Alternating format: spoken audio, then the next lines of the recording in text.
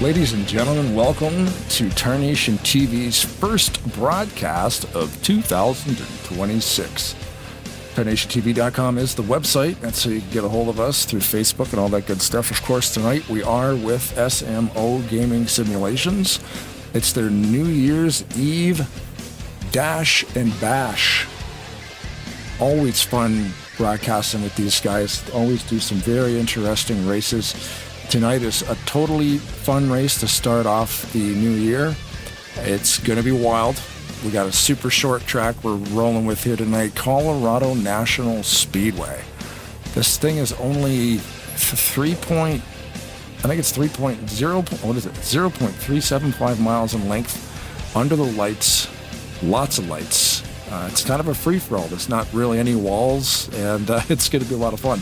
So it's going to be a riot. There's going to be 3 races tonight. First 2 races. Well, you know what? We can talk about that stuff in a while. These guys are out on the track right now. You guys will figure it out. My name is Blaine Don. I'm joined with Rod Weston. Yes, sir. Boy, had to wait for you to get back. Yes, I'm sorry. We're trying my darndest to make sure we got everybody's car, everybody, all that stuff. But we are in for a one of the craziest broadcasts. We've been talking about this. If you watch our broadcast constantly, we've been literally talking about this for the last couple of weeks about this event coming up. It is one of the hardest broadcasts for us to do, but one of the funnest broadcasts for us to do. And how that doesn't make any sense, you obviously didn't see the last year event. RJ Bishop right now currently is the highest on the board. He also won the race, the first race of last season. And it was such a crazy event. I mean, we didn't know who was leading. RJ was leading this lap. Oh, wait a minute. Now, no, it's Chris Aiken. No, wait a minute. No, I think Jamie. No, wait. It's a free-for-all. It's an enduro. It's not It's not a great points race. It's not a as they put it last year, and they'll probably do the same thing in their meeting this year. If you have a grudge at somebody, but this is a perfect example right here. We got Josh too here tonight. We also have Corey too. Sorry about that. I messed it up a little bit. The missus.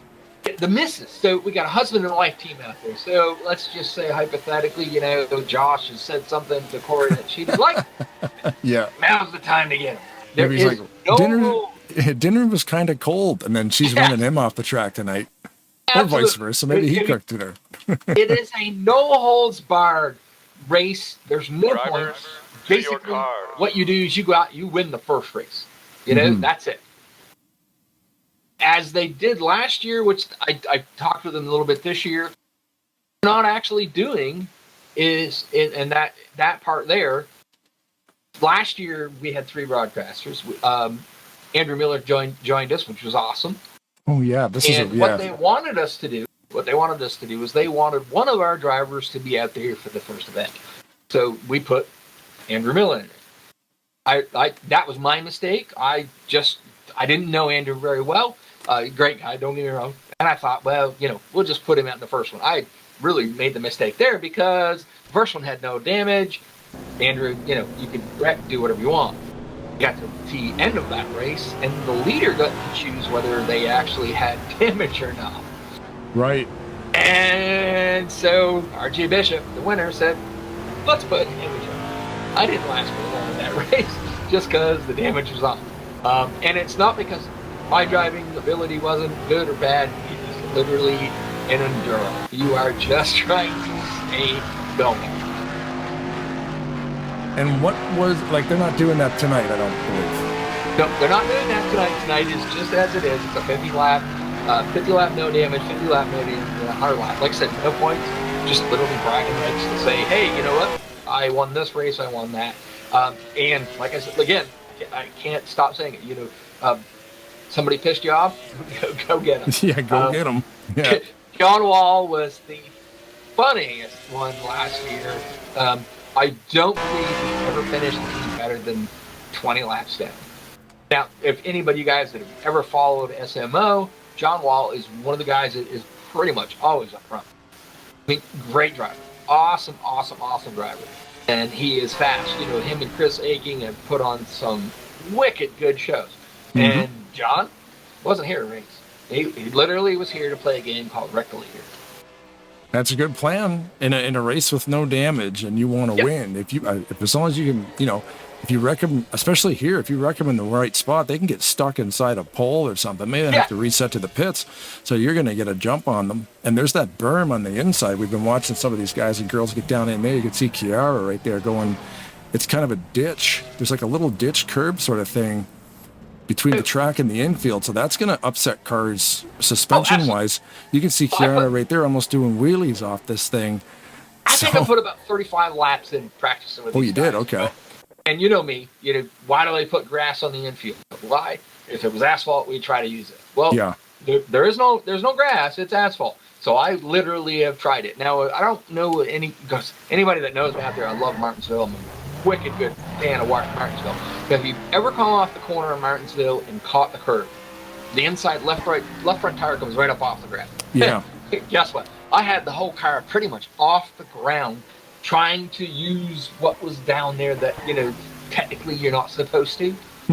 It's not going to be pretty. It just picks the car right up and throws it. Yeah, I think this is kind of similar, just watching this little curb on the inside. And it goes the whole way around the track, too. It's not just in the turns. So it's the whole track. And then pitting, it's a rumble strip. Happens to do. Now, fuel's not a problem. They can do 168 laps in fuel. So we're going to do a 50, a 50, and 100. Fuel's not a problem. Tires, I didn't spend that much time to figure out whether tires are going to be an issue or not. But I imagine if somebody gets spun and you slide for quite a bit of a time, you're going to kill those tires. Mm-hmm. So, and the pit road is on the outside. I guarantee you're going to go at least 2 laps down. But that's okay. If everybody has to do it, that's not a problem. But if they can go the whole 50 laps, which I think they can, if you don't run into trouble, it should be fun. Yeah, it's probably, are we running like 2X or are we just running 2X? 1X? Yep. 2X, no damage, no yellows, green flag drops, BS stops, you just go. Are you missing a skybox? Because I'm completely black void in the sky. Yeah, it is the weirdest lighting I've ever seen on a night track. I was thinking of maybe like installing a sky, because I know like you could do that. I think you can change the skies for the tracks. Yeah, but this one I don't believe just even uses one. When I first hopped in there, went out there and turned a lap or two, I was like, "Hey guys," and they're like, "What? Can we turn some lights on?" Yeah. It's just but it's a really cool track. I mean, every year they do this. That 2 years ago, as a matter of fact, I was racing at SMO at the time. I wasn't here doing broadcasting with Blaine, and they did this. They didn't broadcast it, but they did something like this. But they did it at a figure 8 track. Mm-hmm. And I'm telling you, what a blast we had. We did 2 races. I won the first one. Did not win the second one. And I guarantee you, whoever wins this first race will not win the second one. Because and we were talking about it too, how SMO is a league that never sticks to the normal stuff. No, if you're a fan of NASCAR Racing 2003 season, this thing's been around so long that there's literally every track on planet Earth probably has been created for this game. They were running the Toronto Lakeshore track, which is probably the Honda Indy, a couple weeks ago in one of their series. I follow them on Facebook. They don't even run any normal tracks. Like, it's just all these cool little short tracks in the hills of Colorado today and downtown Toronto last week. It's just like, yeah, you can have a lot of fun. And the thing is, too, there's so many tracks for the sim. A lot of them are incomplete, kind of busted. So they really need to do a lot of legwork to even find ones that work, Holy cow, dude. I am watching them. We just lost a couple into the stands there. 2 cars just exited the track. Let's rewind this here. I'm going to see that. I just saw the same thing. No, it's like they send us invites all the time. I like racing with these guys. They're a lot of fun. But they hooked me up with the track once. It was just the weirdest thing. It was an old double oval track that went up over the top of itself. It was really, really cool. These guys are just about having a fun, good time. It's excellent racing. If you guys are looking for a place to race, it's a fun group of guys. They're a great group of guys. They always help you. It's pretty cool. I think Grandstand 7 just had about 33 casualties on this one. I'm sure of that. Those cars just... Oh yeah, there was like chaotic wreck. Yeah, we're going to see some stuff. Can they get back in the track, I wonder? I don't know if there's a way for them to get back in. They might have to reset to the pits. Amy Tedder's in the 7 tonight. Usually he's in the 9-10, so there's got to be a reason for that. But looking at the chat, we got Robert Spring in there tonight. My daughter Mackenzie, who's just always there. What's up, Mackenzie? What's up, Robert? Tuck 77. Cheering on the 2s. I'm not sure who that is. David Chin is joining us tonight. Welcome, Dave. You should be out here in a car, my friend. This is not what you're normally used to racing, but I think you'd have a blast doing this tonight. And you don't have to administrate it. Hasn't come in tonight, we've been pushing this for the last couple of weeks. These guys, I'm surprised that they have not, come in here. We got Viper just joined in. This says hello. Viper is out there in the 24 car tonight. Yeah, I'm curious about this because it looks like the track is pretty sealed. So they have, obviously the catch fence doesn't do too much catching. No. So I'm curious if they get over the wall, it looks like they probably are going to have to reset to the pits. That's going to be costly. Yeah. But that could be a strategy. You could really kind of just side bump somebody and put them in there on purpose. They've done their qualifying, which is just random lotto qualify. Yep. We got to jump in, make sure we got to jump in and jump out, get this thing rolling. I won't. You don't. I know better than that. You cannot do that. Tempted not to leave. So much. It would be so much fun to race with these guys doing this tonight. Colorado. SMO. On occasion, it looks like I got outside pole there, or no, where the hell did I started somewhere near the back here. So I wonder if there's any track boundaries. I guess, because the game will still give you penalties. So they're not going to... I remember reading a post on Facebook. You're not allowed to cut. So they can't cut through the middle, even though it is possible. We got a few people that I don't think normally race over here. I know that Joseph Landy Pavillon races at Maverick on Tuesdays. Josh, I'm not sure how to say that. Is it Jose in the 11? That's a new one for me. Hunter Wall. No, the really new one, that is John Wall's son. Yep. Kiara is racing today. Oh my gosh! She's out there in the 79, yeah. She's gonna be the winner. You watch. She's gonna no, we've got a catastrophe already. Josh's eggs. try to keep an eye on this. Oh, Corey, we're not even done. This is a 0.3 mile track, and we haven't even done one lap yet. Now we're getting. Okay, all right. So RJ Bishop, I think. I want to make sure. RJ Bishop tonight. I think so far he is our leader. It's saying Viper, but I'm not 100% sure. It looks like Viper. But we're going to be like this all night going, all right, we think. Yeah. So there's your race leader right now. 60 running him down, Richard Hadler. And like you said, we've got a couple of 2s out here, right? And we got a couple of Walls. So Hunter Wall, John Wall's son, driving the 0-0. Ooh. What's John's number? I can't remember now. John Wall? Is he just 0? He's 0, yeah. He's 0, and Hunter is 0-0. So, talked to RJ Bishop a little earlier. He has switched from Toyota over to Dodge now. Running a beautifully painted, I'm not a big fan of the red, but a beautiful Dodge little dart out there. Hunter's paint job's hilarious. He's got his face plastered all over this thing. There, behind him, whoever painted this did a great job. I eat Josh's eggs. That's good.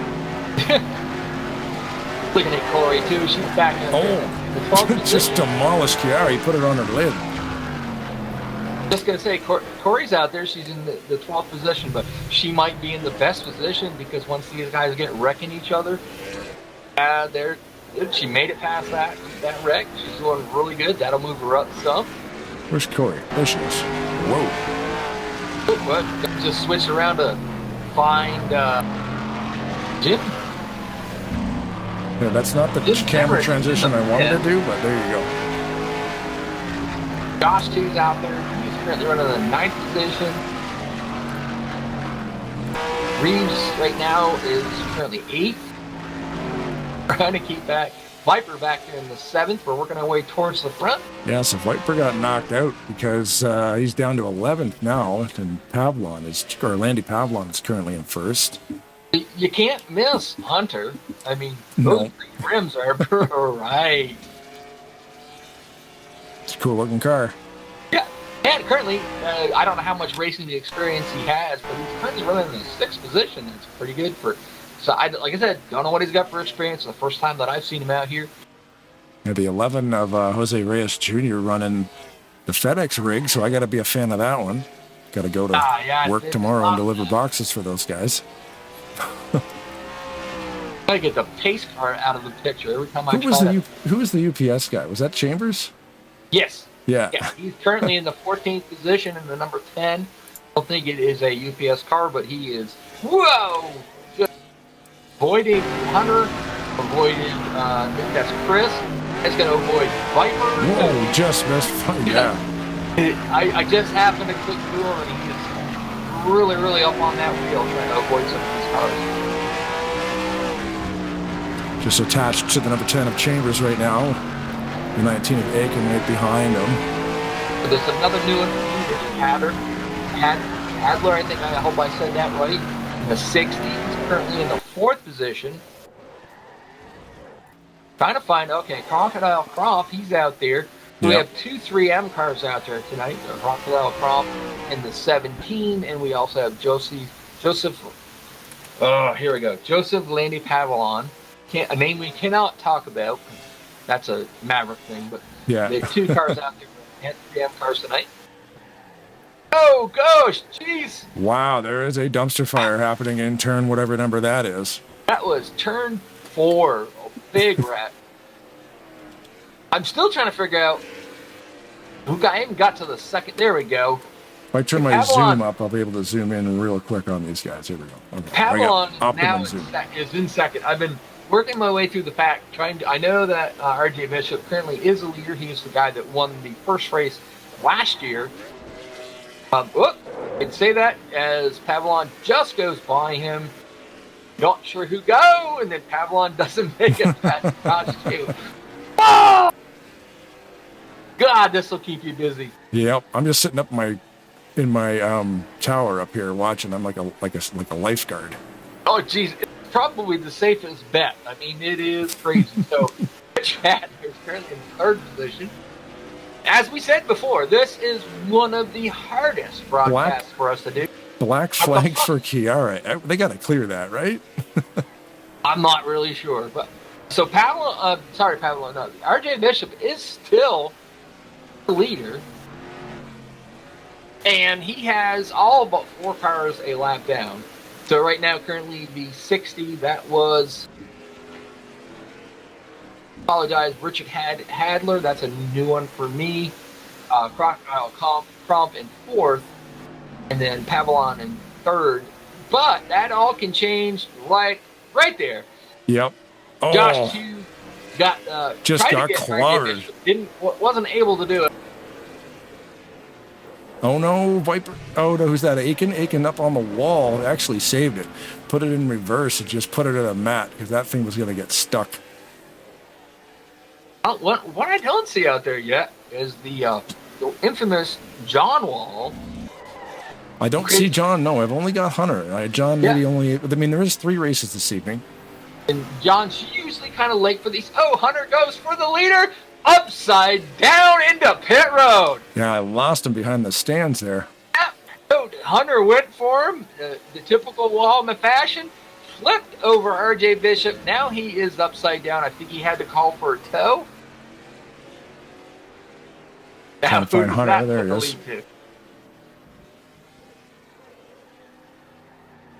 He's going to go under my little... He's going to go under my tower, so to zoom back there. Took him probably... Yeah, he had to call a tow because he was upside down. Yeah.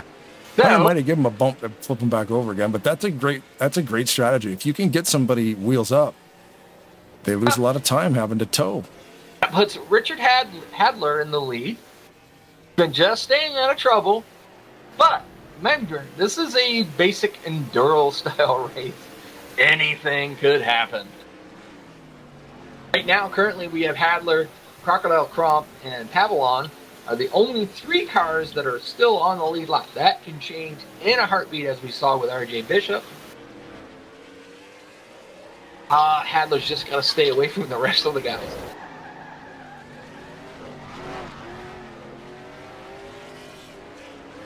This is a great style of race. For people who don't usually race in leagues, this is a great race to come to because you don't need to hit your... Oh, there's the 2s. Yep. You go out, you race, you have fun. Yeah. Like I said. Hey, you wrecked me. Yeah, no kidding. Yeah. You wrecked me, yeah. So what? Guess what? Next race, I'm going to happen again. If Hadler goes around off from Chris Aiken, whether he retains the lead, I think that's going to probably move it to Pavalon. Corey, too, got hooked up in the dirt there. She's trying to get out of the infield, kicked up a whole bunch of sand. I mean, if damage is off, they can still suffer like gearbox failures and stuff, so they still could lose. I mean, this track's so short, though, we're probably only geared like maybe first and second, and then third and fourth will all be the same. No. You run 4th gear, and you tack out at the end of the straightaway. It's got some gear to it. So what's 1, 2, and 3 look like? You don't even use that takeoff. So I'm wondering, maybe they could have topped out on 2nd gear. At least if you broke it, 3rd and 4th could be the same as 2nd. Yeah. No. You literally took off. You could run it in 3rd gear, but it's going to be tight. Pavalon had the lead. He got pushed off by Aiken, and then ran into Hunter, who was headed the wrong way around the track on the outside. I think Pavalon has retained the lead. Find out here, he hits the line. Yes, he still is the leader until he runs into Chris Aiken again. Was just focused on Tedder in that pink number 7. He lost control for a little bit. No! Okay, the 2-3M cars battling for the lead. But Aiken got into Crocodile Cromp a little bit, got a little mixed up, allowed Pavalon to get away from him. Hadler now into the 2nd position. Crocodile Cromp. Oh no, he got into Corey off the exit of turn 2. Yeah, she's in the grass again, or the dirt. No grass at this track. Yeah. Here, is there a person standing down in the infield there? What was that I just saw? Not sure what you did see. I'm gonna take a look. Mike's Iron Lemonade thing down there. But Pavalon is right behind Josh. Oh no, it's a guy on an ATV. Oh, there you go. So who should this guy on the ATV? Is that Benjamin Snyder? Are we going to go with that? Sure, why not? All right. I think that's a great one. That's a good name for that guy. Just checking it out, sitting on the 4-wheel. Pavalon's trying to get around 2. 2 is not making it to Josh 2. Finally, he's drifts up the track a little bit. Pavalon can get by Josh 2, but I don't think that's going to last long. Deep into the corner goes Josh 2. Oh, he's over the wall. Over the fence goes our leader at the time, Jason. He got stuck into the mellow yellow pit crew. Yeah. Pavalon is no longer going to be leading this race. Oh, he just killed some of my guys. That's my pit crew. Yeah, we're going to have to call an ambulance. He gives him a little tap before he drives away. Pavalon better just reset because he's wasted a lot of time trying to get unstuck.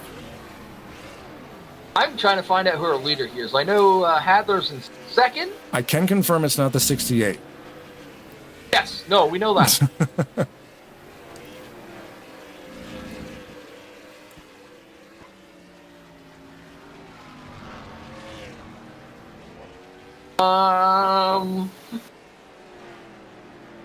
Crocodile Cromp. Okay, that's what I thought. Because Crocodile Cromp was right there in 2nd, fighting it with Hadley. And I thought for sure that's probably who it was. took me a minute to cycle through all the cars right now. Currently, Crocodile Crop is the leader, being pursued hardly.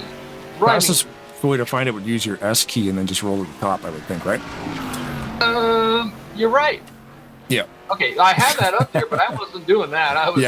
It's a little hectic. Cycling through trying to figure that who has left. So Crocodile Crop is the current leader. He has 5 seconds. Had him tight on his tail, trying to get to his rear bumper, but unable to do so. And you know, all this excitement, do you realize we've only got 9 laps left? I know. As they take out Crocodile Crop. Okay, so the 60 is coming for Cromp. 6 or 7 second lead. Oh, here there we go. comes the 60 right now. No, they hit. Oh, that's for the lead right there. Unfortunately, Crocodile Crop goes around. That's going to put the 60 as your current leader. Yep, we're going to stay on the leader now to the rest of the race. So there's 8 laps to go. 8 laps to go. So you can see on the black little screen on the top left there is the interval from all the drivers. So everybody's a lap down except the top 3. Cromp. Well, it says it was a tie. There it is. Hadley the Cromp, and then I'm sorry, I can't remember the 11 right off the top of my head. That's the new guy. I think that's Jose Reyes Jr. Yeah, Jose Reyes. Yeah. Apologize for that. It's just, you know, we haven't been over here to HMO for a while. The new guys, you know, oh no! Kira tries to slow him down. Hunter is throwing a pick. He's like, nah, you ain't winning this thing. No, Slam the brakes on.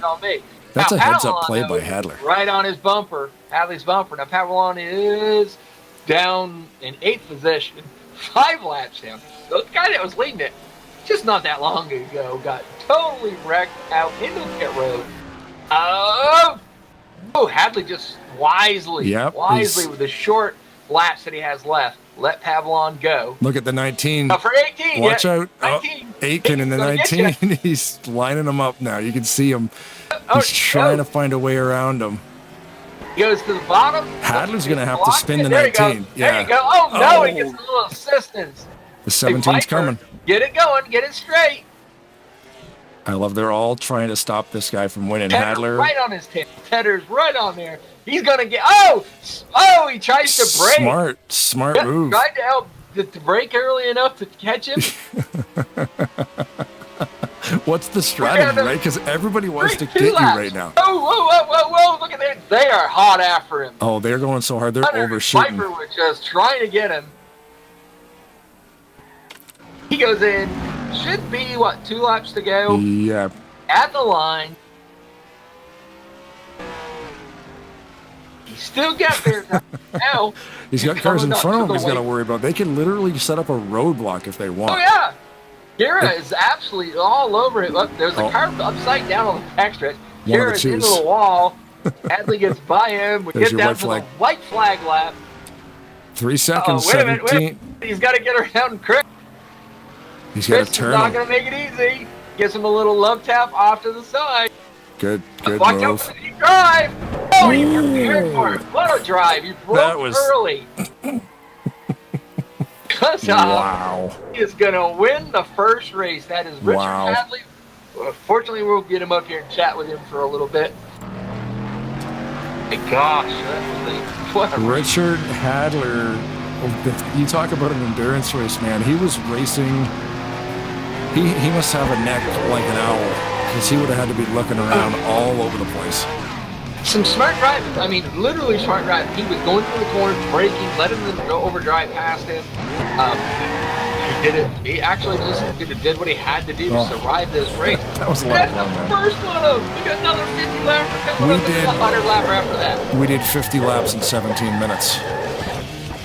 Do we want to just grab the leader of this race and bring him up, or do we want to try to do top 3? How much time is it in between races? Let's start with the leader to make sure we get him in, and then we can actually work our way backwards.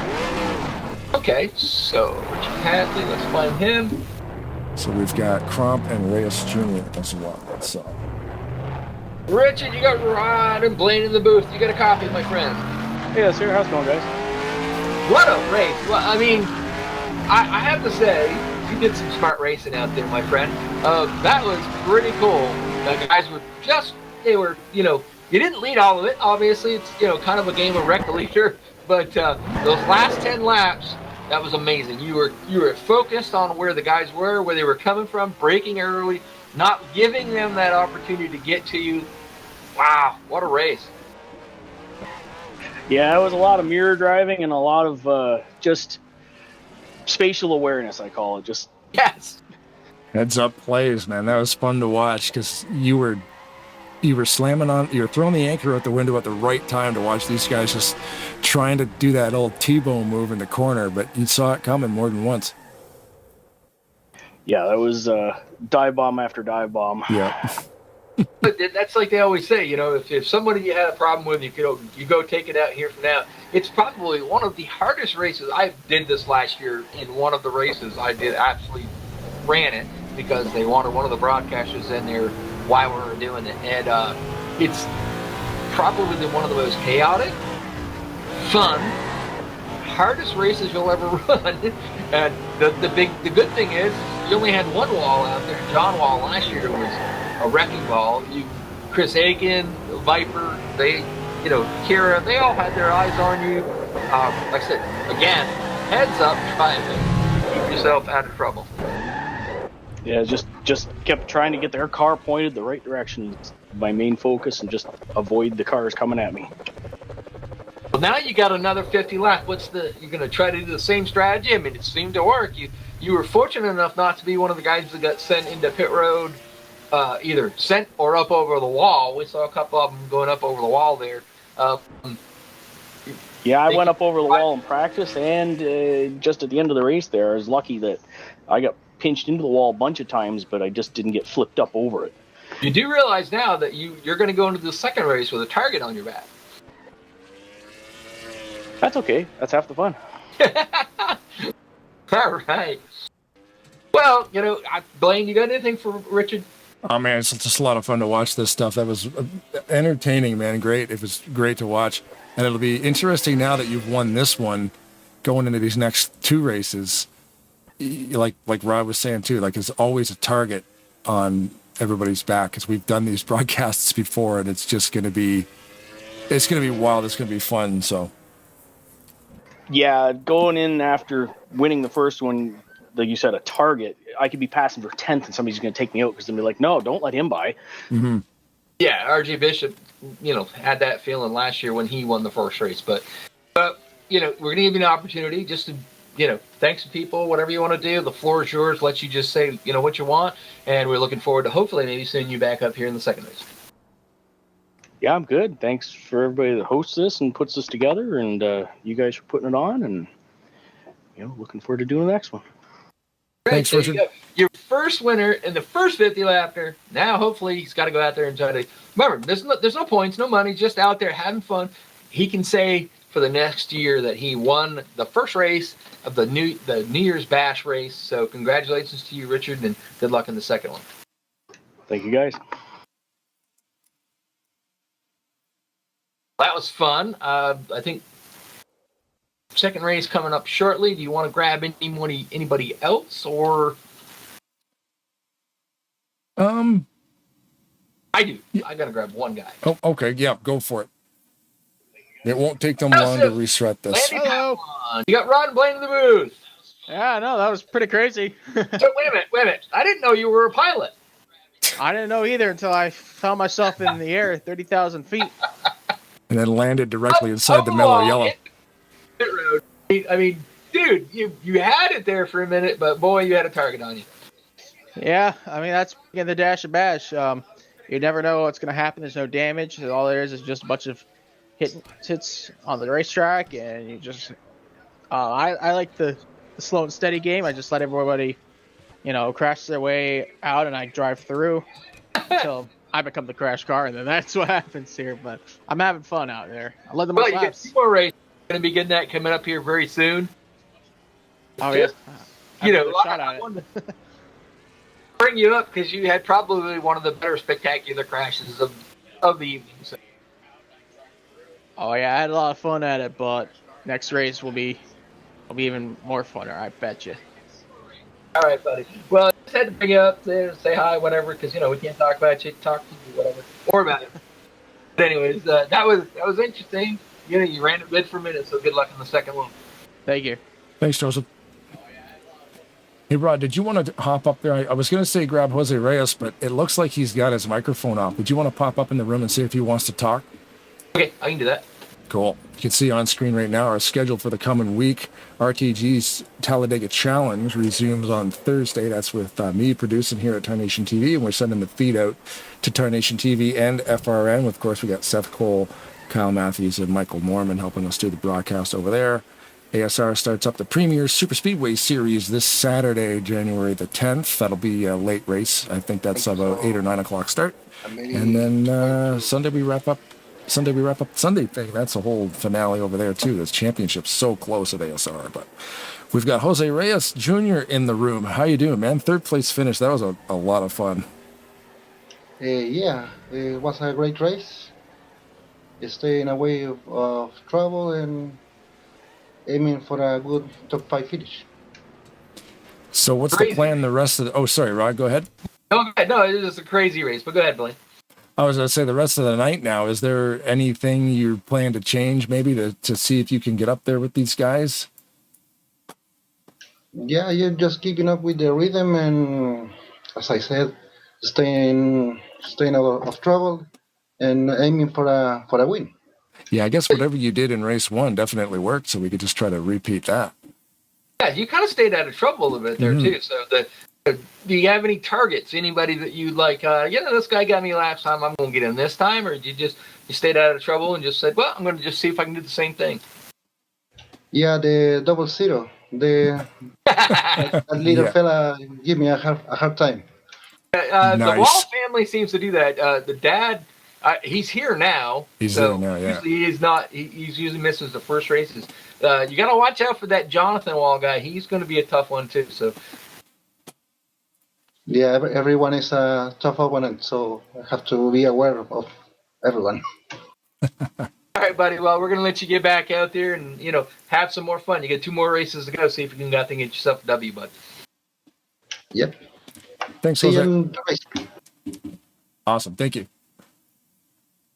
Yeah, I guess he doesn't really have to change anything. Like he got 3rd place out of that monster of a wreck fest. So, you know what? Like whatever he was doing, he, like you say, he just kind of blended in, doing it smooth, And like you said, now we've got some. Now you've done it. You've stirred up some drama. It looks like Jose Reyes Jr. and Hunter Wall got some beef to settle. Yeah. So I grabbed RJ Bishop because I had to ask, dude, what's it like going into pit road upside down? Not fun. I was just hanging around. You slid for quite a while on your roof there, bud, all the way down in the middle of the pit road.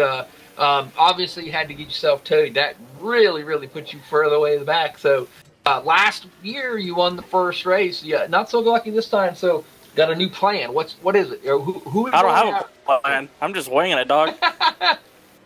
Oh, but that was kind of you really were going great. I think it was Hunter that got you. Down into pit road, sliding into pit road on your roof. I saw it coming too. I'm like, oh crap. Yeah, you got to take lessons from the winner, Richard Hadler. He drove probably one of the smartest races I've ever seen people do. When somebody come in to go get him, he just brake, let him go, and so I think you need to use a little more of that strategy.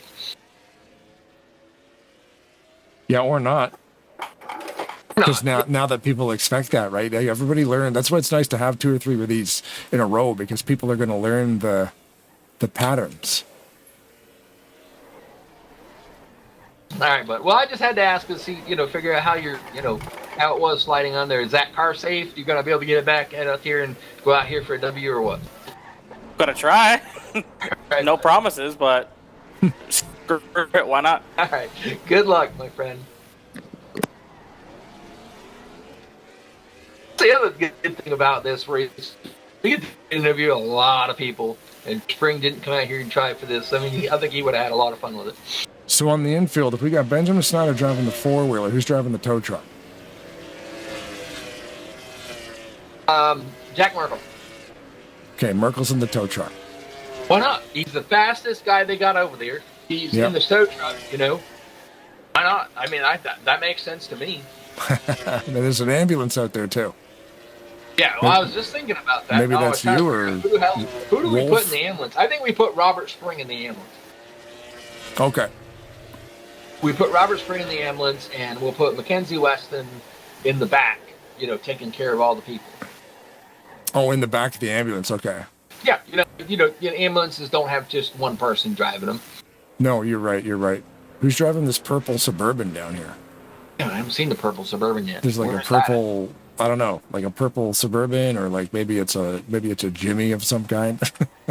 Piper just put up. Here we go. We're getting ready to go for qualifying for the second 50 lapper. This time, I'm hoping we have John Wall in there, because John Wall will put some entertainment in this line like you would never believe. Because last year he was one of the funniest guys to watch. Well, him, and it looks like Hunter definitely follows in Dad's footsteps, because he was out there just lining people up. So remember, it's Lotto Qual, okay? Yeah. So it's just a fun race, out there having a great time. Unfortunately for Blaine, I did beat you in qualifying, but we started side by side. John Wall is on the pole. Last year, John Wall went a little bit crazy and more on the side of, I want to wreck everybody. And now he's on pole with Corey on the outside. So does John just say, hey, let's go, Let's do this. I got a better idea. Hold on. Okay. John Wall, you got Ron Blaine in the booth. You got a coffee, buddy?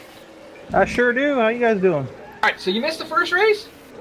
Well, yeah, we had some technical issues. I was gonna run on my computer, and Hunter was gonna run on his laptop, but we had some issues. So I told him he could jump in my seat, take over the first race. I'd run the second, and then we'll flip a coin for the third. Oh, perfect. Okay, so that makes sense. Oh, that's a shame. You can't be on the track at the same time. Yeah. Oh, we've been trying for the past couple days to get him going. All right, well, that explains a lot, because I thought you were there maybe earlier, but, whatever. So last year, you were the ultimate wrecker. I mean, you were laps down, just find the leader, wreck the leader. Dude, you just qualified on the pole. Random qualifying. What are you going to do? Are we going to go out there and just wreck everybody, or are you going for the W? Well, being on the pole, I think, kind of gives me an advantage, because it's the ball's in my court. I can kind of dictate who and what is going to get what at what point, Yeah. Basically, you're going to go for the W until something happens, like what happened to RJ. You get pushed down pit road upside down, and you go 5 laps down. So. I'll just say it's going to be just as entertaining as it was the last time y'all did a broadcast with this. This is always a riot. That's what we wanted to hear. All right. And my, not bad for my 10-year-old son. He did pretty good there. Ran up to 6th, I think, at one time. And I told him when he got to the 18, I said, hook him. He did. Oh, we were focused on him a couple times, because he was just out there just with the laser beams on, guys. This is his first start. I figured to be, first official start. I figured to be a fun one for him to kind of break into. That was awesome. So, I as much as I love to watch you race, my friend, I really, really hope he wins that coin toss for the end to get into that 100 lapper. So. Yeah, well, we're gonna work on it. I'm over here trying to help him out. Say hi. Hi. All right, good job, Hunter. All right, but no, I just had to ask that, John. Good luck. We'll see what happens, and we know any way it goes, you're gonna make it entertaining for us. So thank you. Keep the camera on the 0. That's all I'm gonna say. I have no control of that, but Blaine will. We'll make it happen. Good luck, my friend. Appreciate it. Thank you, guys. Thanks for putting this on. A lot of fun. That's the difference between a normal race that we do and a race like this. We brought in 5-6 people. And we've got a lot of action going on in the YouTube chat too. Like somebody was saying, Robert was asking Mackenzie, "Is your dad ever let you drive the RV?" Because we play RV there yet on Monday. So join us tomorrow on Tarnation TV Turbo. Oh yeah, absolutely. If you follow us on Facebook, I'll post a link. But and she said no, but hopefully she'll have the game when she gets her computer up and running. So that'll be cool. Dad's working on that. She reached out the other day and said that and she'd like to get her computer, and now she's got a place to use it. So I was like, all right. And she goes, Dad, could you put RV there yet? And I said, oh, absolutely. A piece of cake, yeah. $5 game all day long. Yeah. So, it would be one of those situations where, for sure, we would definitely love to have her come play with us on Mondays. Yeah, that'd be cool. It's it's just like, you know, and I have to say this live on there, you know, my sister watches us religiously, and she's like, you know, you got to get rid of, you can't let Robert and Milt drive, you know, because they just seem to mess it up. And I'm like, no. We let them drive because that's what makes it fun. That's the funny part. Yeah. That's the thing. Like it's you know, I like driving too, but I'm not going to do it all the time. You know, like tomorrow I probably won't even touch it at all because I did a lot of driving last week. So change it up. We've been doing the driving school with Robert, and I am telling you what, if any of you guys have watched the interview, the end of day 3, we struggled to get through this little short section. We did it twice.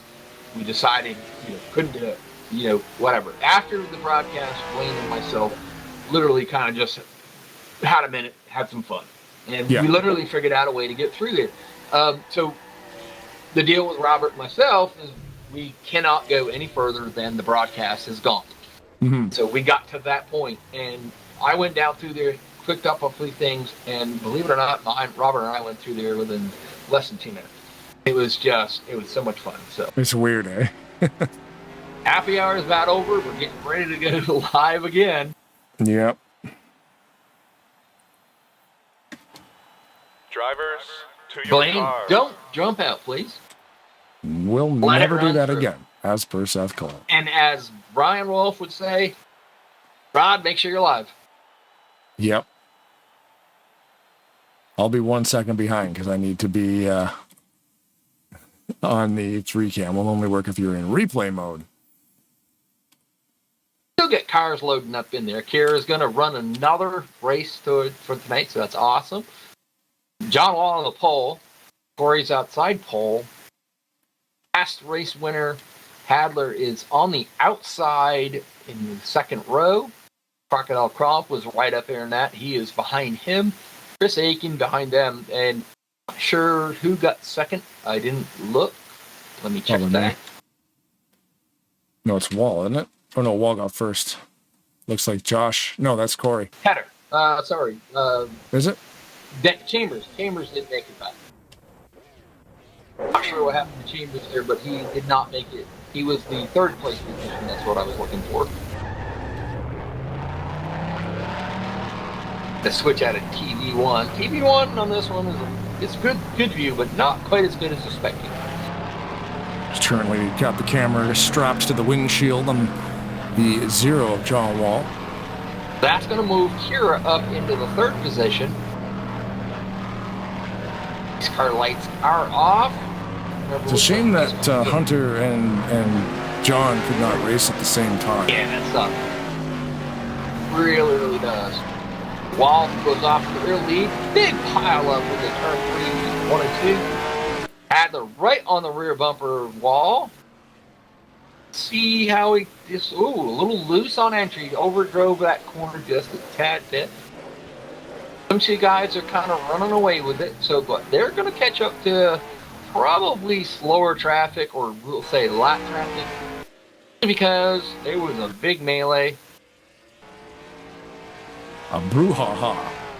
Big one. Avalon's back there in the 5th spot. Oh gosh. I thought 2 was going to get him, but he missed him. Looks like he's going to try again. Gets his nose underneath. They're being a little more racy this time, not so much wrecky. Not so much smashy. Oh God. Just as I say that, Crocodile Crump gets into the back of Josh 2. That takes out Pavlon. So it's kind of one of those, the power went one car to the next car. See if I can get inside this little camera booth here.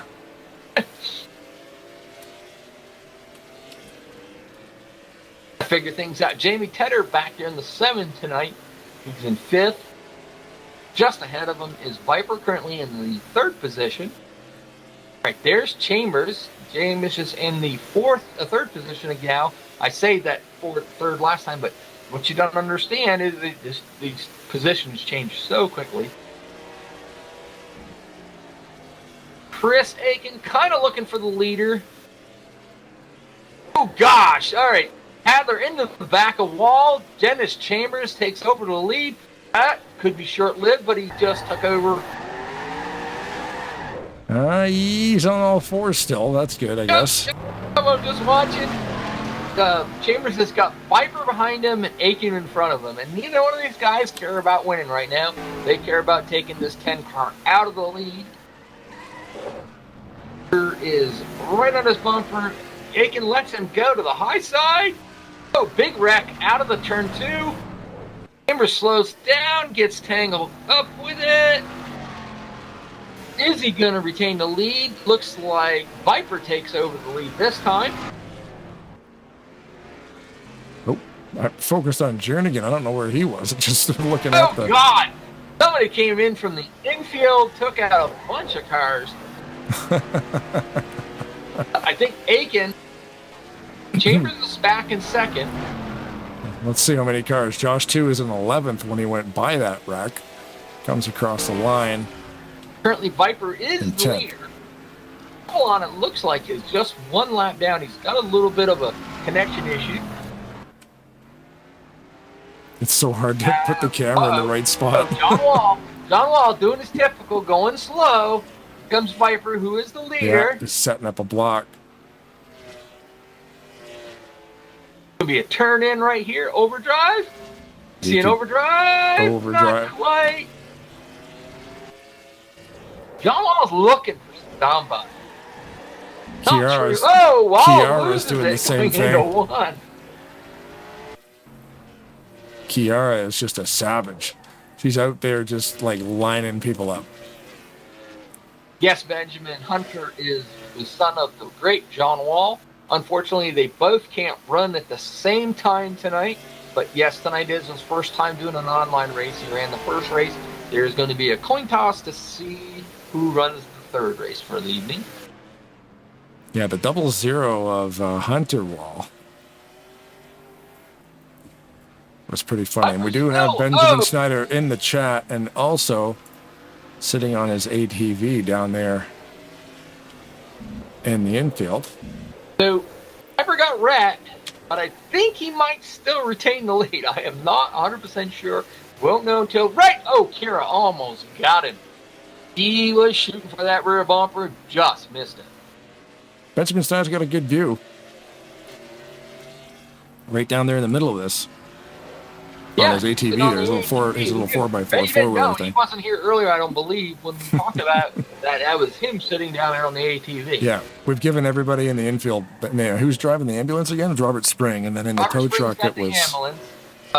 My daughter Mackenzie, she's the EMT in the back. The tow truck. Who did we have for a tow truck driver? I forget that one. I think it was Merkel. Merkel, that's right. Jack Merkel is our tow truck driver tonight. The hook man. If we had yellow flag conditions, he would probably be one of the busiest people tonight. But Wall getting picked on now. We're still out there. He's got a pretty decent lead, but not a big full lead. reverse from that Josh's Eggs car, and he missed everybody. He wanted to cut everybody off in the corner there. Oh no! Gosh. Oh wow. Jeez, big wreck in the turn. Yeah. 4. I just watched Hadler earn his pilot's license, but he did. Not very good control of that thing. He is upside down in the infield.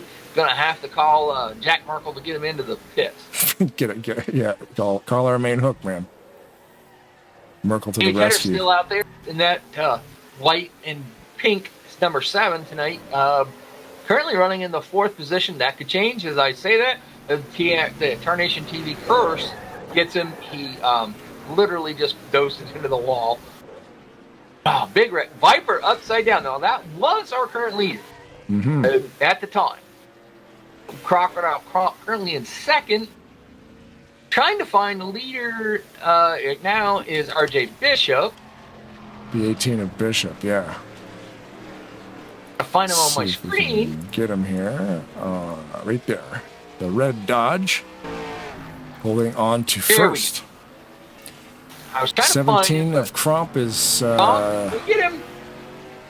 15 seconds behind him, though, so he's got almost got a lap on him. Crump gets a good good little bump and run. He's actually fighting him for position, but Kromp's a lap down, so... Yeah.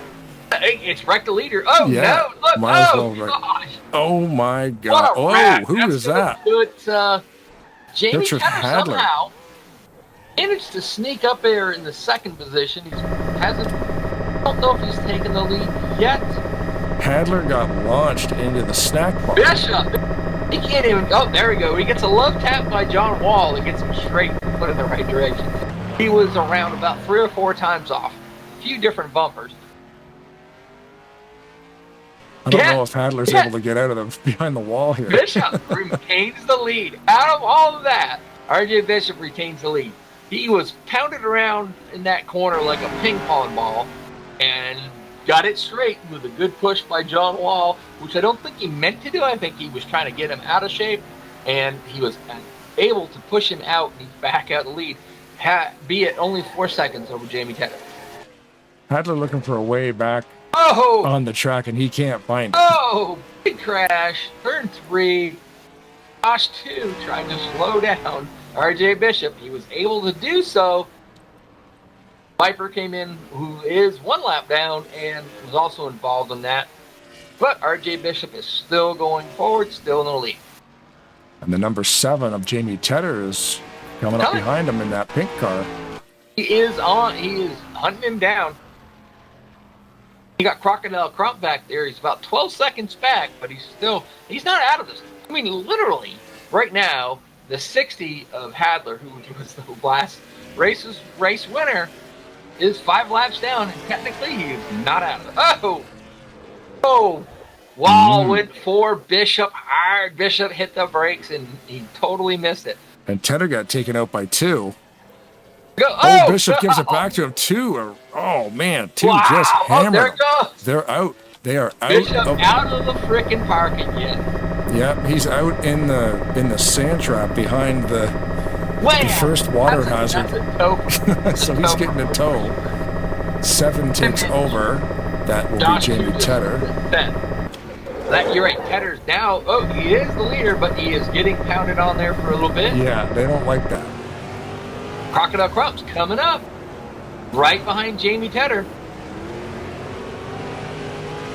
Tedder crosses the line on board right now with Jamie Tedder in the 7. Out that review mirror, you can see Crump breathing down his neck. He's got to deal with the 61 though. Who was a lap down due to the 61 of Dick Jordan is out of the track by RJ Bishop. Got him back on the lap. Oh, there goes Tedder on his lid. Crocodile Comp's going to take over the lead. A lot of wheel work to get that thing to stand back up again.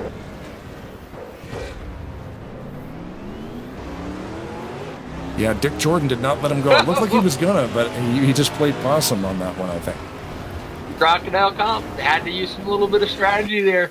Kira was trying to catch him in the right spot. He braked a little bit. She just missed him. And Crocodile Crump retains the lead for now.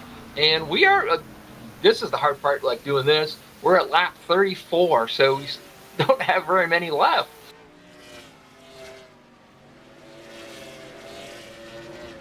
Benjamin Snyder in the YouTube chat. We ran this track at Maverick West last year, and Kiara Reynolds won and became the first female high voltage racing league race winner. So there you go. Some info from the Benjamin.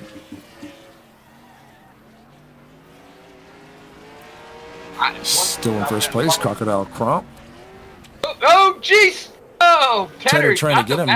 Crump. Tedder's a lap down. The 24 is actually the next car in line to take that position away. But if you're a lap down like that, if you can take that leader out and get past him, you're going to be back on the lead lap. So that's the philosophy. Yeah, if you can really time, if you're going to dump a guy and you can time it that well, where you could just drive away from him and he rolls into the wall. This is a good track for this too, because the fact that the fence doesn't hold the cars in, it's only the wall that holds them in is neat, because you can launch them out into the trees. Well, because the barrier at some tracks goes right to the skybox. The barrier here does not go to the skybox. Yeah, Pavlon was a lap down 2 laps ago. Mm-hmm. He got up to the back of Crocodile Crump, took him out, and was able to get himself back on the lead lap. But him and Chris Aiken kind of get together down the back stretch down there. That takes that whole strategy out of play. That's going to put Pavlon back one lap. Currently, right now, Crocodile Cromp and Viper are the only two cars on the lead lap. Yeah. But that can change. And Pavlon's the only one that's one lap down. So should something happen to those two guys, as we hit the track, we're about 10 laps to go. Yeah, we're staying locked on Cromp. He is currently the leader, 10 laps to go. It is going to be tricky for him. Catching up to Corey 2, sorry. Yep. Corey also. And yeah, looking at Avalon's just in front of him. She moves hot. Oh! I'm not sure what happened there. I think Cromp got a little bit. Oh! He gets a little bit of a push from Hadler that time. But unfortunately, or fortunately for him, it pushed him right through it, kept him going.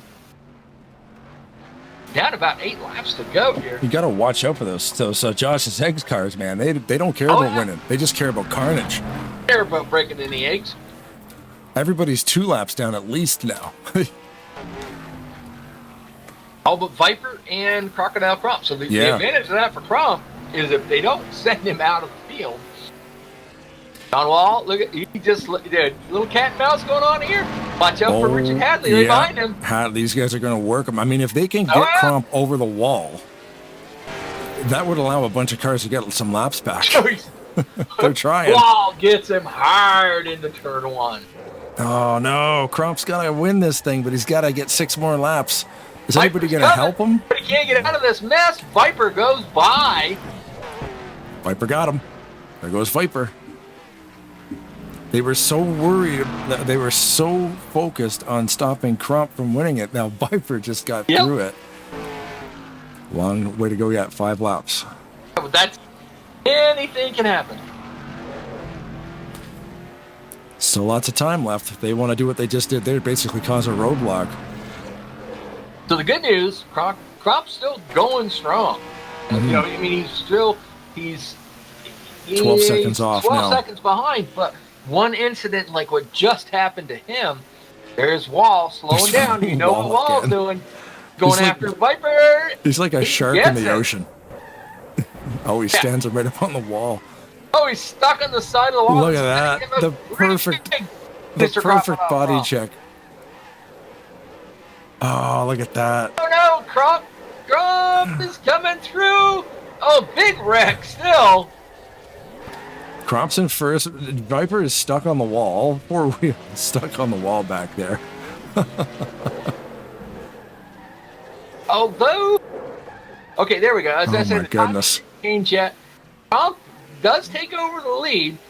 About 3 laps. Oh man, you know what I want? It's an old sim, so it doesn't have it, but like the pedal information, because there's so much work on the steering wheel and the pedals on this track right now. Slamming the brakes on to avoid impact.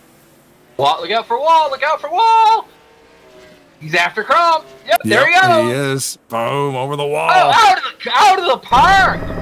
Oh, out of the park, over the pit road, and into the M&M's hauler. Out of the park. Where is Viper? Crocodile can't get back in. We've checked this already. There is no way to get back into the track. There's Viper there. Viper's got first. So again, Viper's going to have the lead. That would have been something, because he actually probably could have won it from the outside. Does that still count as a lap, I wonder? I'm not sure. It Well, it looks has like to, because Cromp is still second. Yeah, he's not a lap down. Viper's stuck on the exit to pit road. If Cromp could finish the race on the outside of the track, I wonder. That'd be wicked. Because nobody can touch him out there. On this thing, we're on the last lap right now, and he's struggling to get through turn 1 and 2. Cromp's racing on the outside. If he could get around. Viper's coming off turn 4 right now. Trying to avoid the cars are after him. There it is. There it is. All right, Viper gets first. Wow.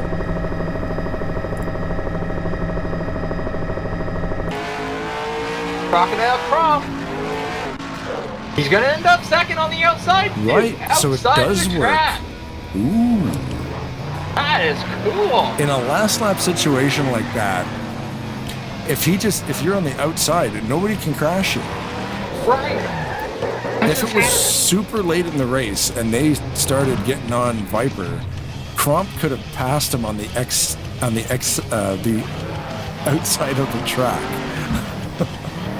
and actually won the race from out of bounds. That would have been pretty awesome. Because he was going for it. I'm like, it would work. No grip over there, but it's crazy. It's crazy. It would work if it was late enough in the race and then you only needed to put down 2 or 3 laps. You could make it happen. RC, this is Rod and Blaine in the booth. We got you, buddy? Hey, you got me. Third place. Third place. That never happens. I'm not gonna talk bad about you, but you're not one of the top drivers that win every week here. I love racing with you. A lot of fun. Out of all that chaos, you managed to come through and finish third. That's pretty awesome, dude. Yeah, it's pretty shocking. I noticed I even was back on the lead lap there at the end. So you thinking they should make this a weekly thing? I think we ought to do this normally. Yes. Yeah. Because this is how I race anyhow. I reckon. Well, just checking. Because you got third out of it. I'm not, like I said, not knocking you, bud. I love racing with you. Very good driver, clean driver, awesome to race with. But you don't always been up there with the talent that you have in the top of this. Dealing with the Aiken, Wall, Tedder, Chu, all them guys are super duper great drivers, and you keep going and you're really competitive with them. But you're not necessarily always fighting for the W. So great to see you finish third here. But I think they should make a series out of this for sure. Would be interesting because I just kind of made a conscious decision to try to just avoid as much as I could, because I had myself 2 laps in there for a while, and I was like, okay, maybe I can get this back, and I apologized to Jamie. He was leading, so I took him out. So that's the name of the game. Right, so it worked out. I had to bring you down just because that's pretty cool. So congratulations there, bud. Good luck in the 100 lapper. All right, sounds good. Thank you, Mike. Thank you, guys. Thanks, RC. There you go, RC Jordan, 61 Caterpillar. I'm looking for Crop. I don't see him, so we're gonna grab. Who won this thing? That Viper guy? Yeah. So the survivor of the race number 2, Viper, and really surprisingly that you did survive that. At the end of it, you were a big target. Got you, Viper? Live on the air, Viper. Yeah. There he is. Yep. So that was a hectic race. You had a little bit of fun there at the end of it, trying to get to the finish. I think a little bit of a handful there. Yeah, I'll put that off. RC, we brought RC down here because he got third. Man, you guys maybe you need to think about making this a weekly event. It would be interesting running off short tracks like this. Well, but just an enduro style race. You know what I mean? Oh yeah, definitely. Just a no points. Well, points, yes, but no holds barred. Do what you want to do, wreck who you want to wreck. Just go out and have some fun.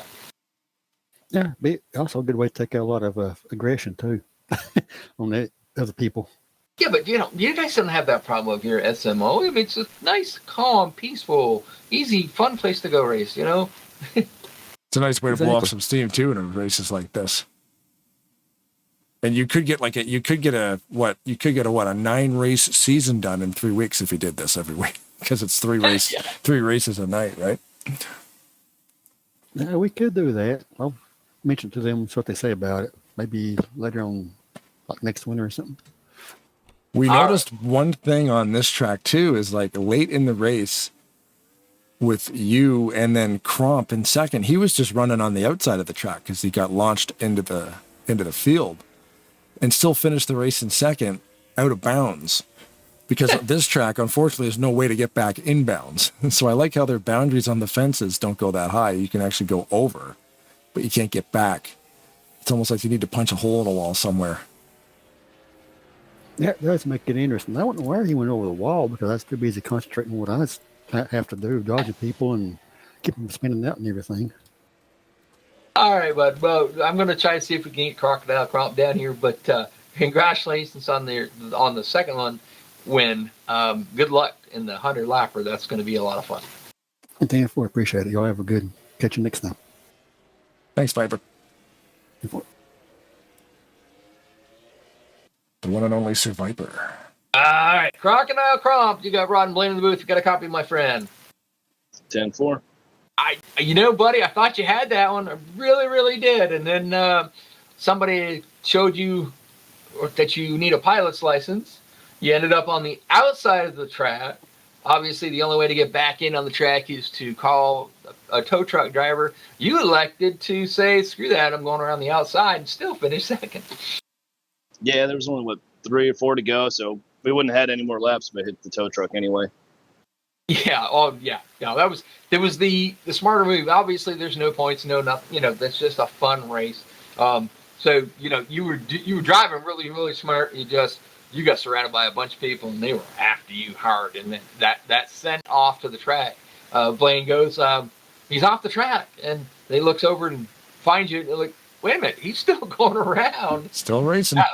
That was pretty. I mean, you wouldn't have got second, obviously, if you hadn't kept going. So that was pretty cool. So, what's the strategy for the big 100 lapper? Are you just gonna go for the win, or are you gonna try to pay back some people? Or what's the plan?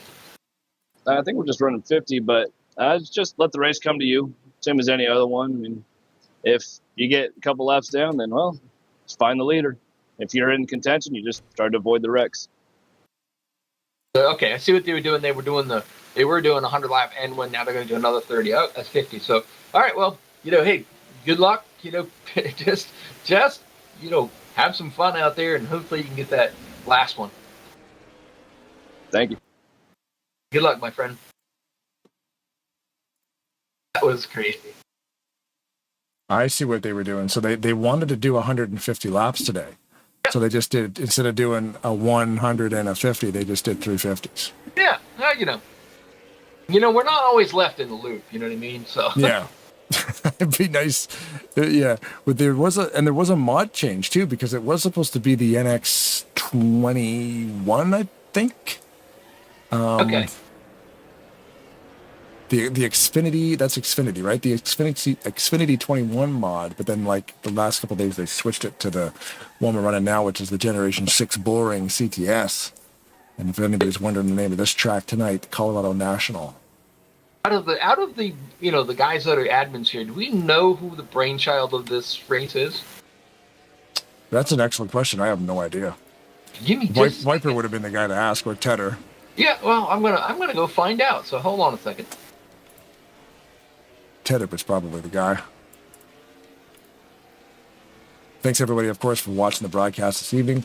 And as you saw there, we will be back with a couple more broadcasts this week. Thursday at Talladega Challenge with RTG. And then Saturday and Sunday with Brian Wolf, David Chin.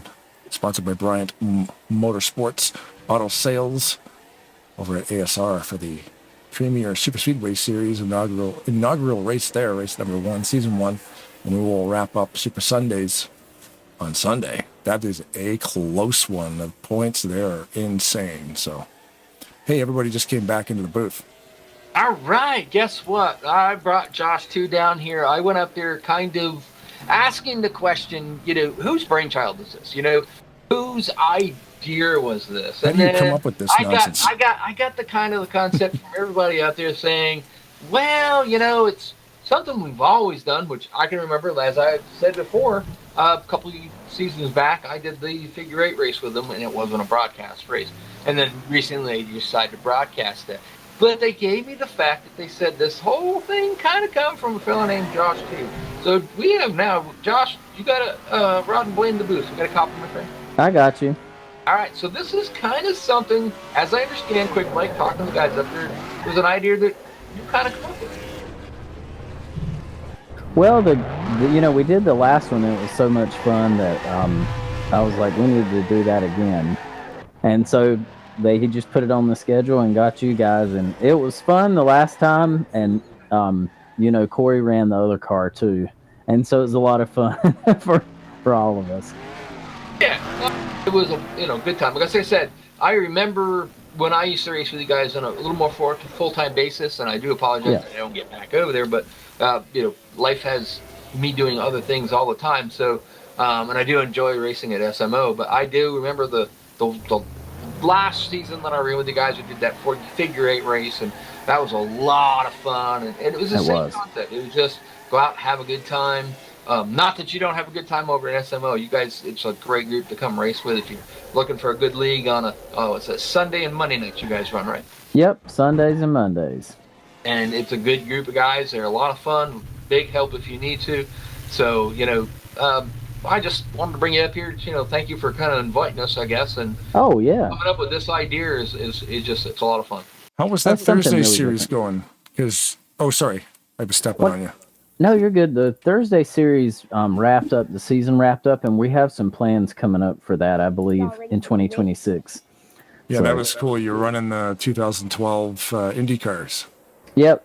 We had a good turnout for that, and I think we've got some plans for that coming up in the new year. When do you guys start that back up again?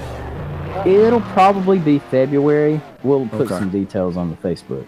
It's so wild how you guys were doing that on Thursdays, and they got me doing the RTG Tally Challenge. It's like, I finally got an open wheel series because because it's just a cool. It's nice to see a different mods, because there's Trans Am mods. There's all kinds of different mods. It's not just stock cars, but and then of course it's on a night that I'm broadcasting something. But that one was a lot of fun. I enjoyed it a lot more than I thought I might. I noticed on the TeamSpeak server you had all the sound packs available for it too, so the engine noises would sound right on a 7-speed transmission. Oh yeah, yep. Well, yeah, man. That's another thing. How do you guys find all these tracks? Well, we do a lot of digging, and I know Chris does a lot of digging and looking for tracks. And this is one we ran before, and I don't know, we just dig and dig, especially for the Monday series, because we run a lot of unusual tracks on Mondays, as you know. And so we just keep a good list. Yeah, because it's not only finding the tracks, it's making sure they're complete and that they actually work. Yeah, and we try to test them out, make sure everything's good to go before we use any of them. Yeah, that's the thing too. It's just the troubleshooting, right? Yeah, because every once in a while you'll get one that has something that is right. I thought when I first saw the track, I jumped in, downloaded the track, and started watching. I'm like, I don't really see how this is going to be a good broadcast one. Then the cars started going around, and actually the lighting it shows them really well. So this track is actually a pretty cool track to have a broadcast in on. Yeah, it looked kind of dark, but it's all right. I think it's missing a sky texture. I was going to drop a sky texture in there, but is that per track? I can't remember if that's per track or if it's a generic sky thing. They might not have just tagged a sky. I don't know how the skies work. Yeah, I'm not sure. We'll see how this one goes. We'll see how this third race goes. Corey finished 8th in the last one. She did a good job. Yeah. Yeah, I mean, we were saying too that Josh's eggs cars are just out there causing havoc. It's like you watch out when there's a blue and yellow car, because it's almost you're like a tag team. Somebody's throwing a pick and then the other one's slamming into them. Yeah, what's funny is we didn't plan that. We got Corey up here. So, Corey, are you having a lot of fun out there? Looks like it. I'm having fun. It's been good. Yeah. Less pressure. They were just talking about how the two seem to be teaming up and tangling and crashing some cars out there. So. Oh no, we would never do that. Oh, okay. The special event like this, the wrecking is allowed. You don't do that. We're on our own here. We're definitely never tag teaming. So the next thing is how bad do you want to beat Josh? Oh, it would make my day. Oh, there you go. So. There we go. We picked our winner for the next race. It's going to be Corey 2. We're going to hopefully that everybody will wreck, get out of the way, and she goes on and wins. So then we'll get to interview her again. That sounds like a good plan. I would be happy with second. It's hard to do well in these. It's tough. Maybe it's a 58-85 1-2 finish. Maybe that'll happen. second is not good enough. You gotta finish first. Oh, okay. I like that. Lord. All right, guys. Well, we're going to let you get back up there with the guys and get out there and have some fun. You got another 50 laps to do this end, and good luck to both of you. Thanks. Thank you. Josh'sEggs.co. That's going to be so much fun. Looking up to see who we haven't talked to yet.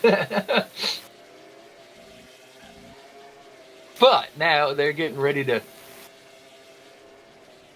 go back to the race. Here we got about 12 seconds for the final race of the night. That is just going to be it's going to be a hectic, fun one. It's just like I said, these broadcasts are kind of one of the hardest things for us to do, but some of the funnest things for us to do. So we appreciate them guys inviting us to come over, and they are racking out the practice right now and watching them live. That's just It's crazy. a great design for a track because all the tracks that come with the game, the main tracks, the boundaries for the track is the wall straight in to the sky.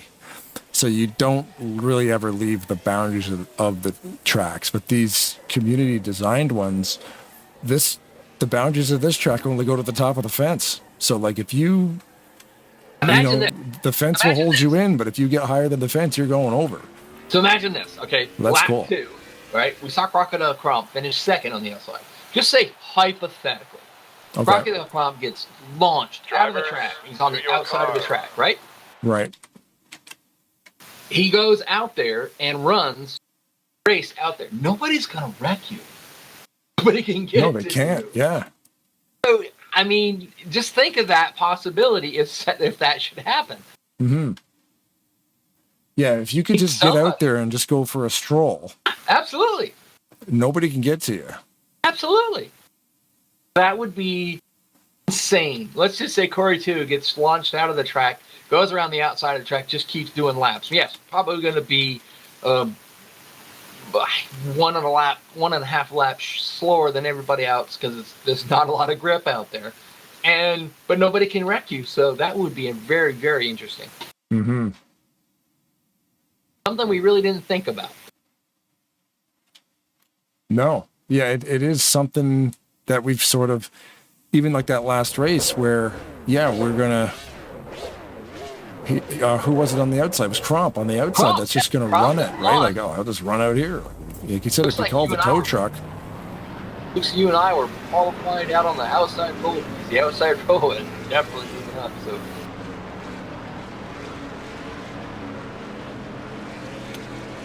So, pick your winner this time. I mean, I'd like to see Corey take it. I think that would be awesome, but how it goes.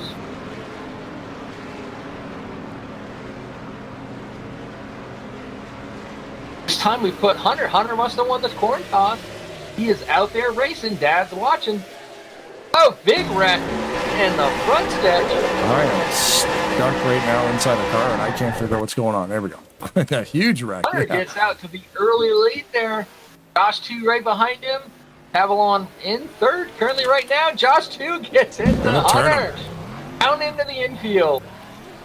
No mercy. Hunter Wall. It's like, hey, man, it's your first race. Here you go. Out. Avalon and now Josh 2 are fighting for the lead. It's hard to keep track of who, where, when, and how here. Got to change my view so I get a bigger and better view of it all. Like, Aiken currently in third. Now we've painted world leads like 3 laps going into this. It's going to change here shortly. Amy Ketter did not get a good start, but of course we saw a bunch of the drivers get tangled up going into turn 1. It's hard. How do you approach this race? You can't go out, I think you'd almost want to be in third place. Yeah, pretty much. Third place the whole time. But there goes Wall. Not Wall, sorry. Jamie Ketter gets put into the wall by Josh 2 now. The Wall or John or Hunter Wall, yeah. Aiken in the back of Pavlon is going from second place down to probably, I would say, about 5th or 6th. 5th spot when he hit the line. Crocodile Crump just beat him out. in that second 3M car. Yeah, you think these 3M cars would work together, but you'd be wrong. Oh, you definitely will. There ain't nobody out there. You saw we just had Corey and Josh too up there. They're not even working together, and they're in the same house. Oh, yeah, big fun. Yeah, they married each other, and they're like, no.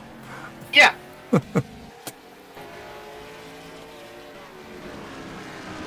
Josh 2 currently being billed in first. I wish I could take them. Every time I'm flipping through the cars, I get to the pace car. It screws me up. Yeah.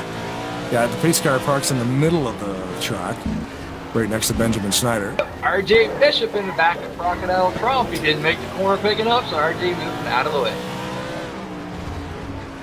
Oh, no, 2's down in 5th.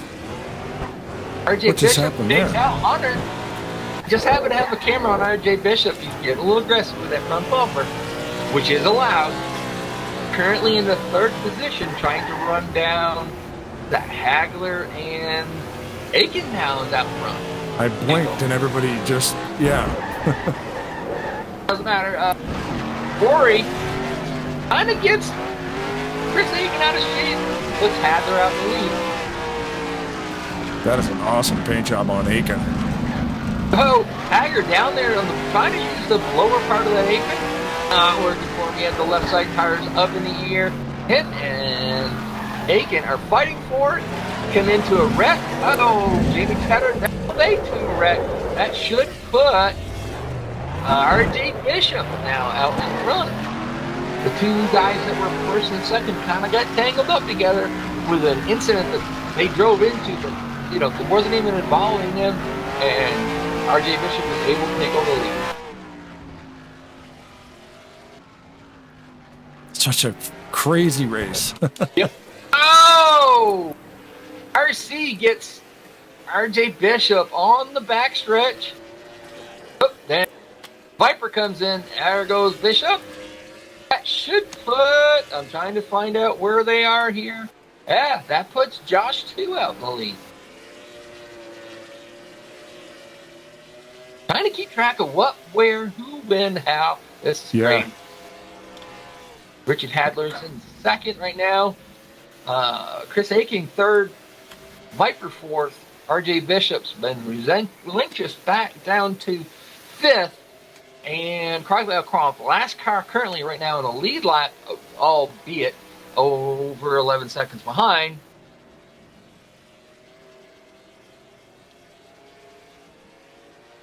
Avalon's been moving people out of the way, trying to get back on that lead lap.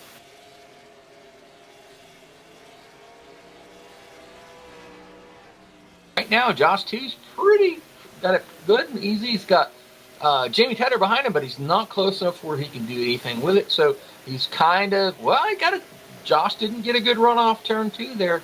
Well, you got cars in front to worry about too, because like you say, the wife might not want him leaving this thing, so she might brake check him. Corey should go get him. He's coming. He's running down. She's pulling over. Look out for Kira! Whoa! 2. He got clipped by Kira.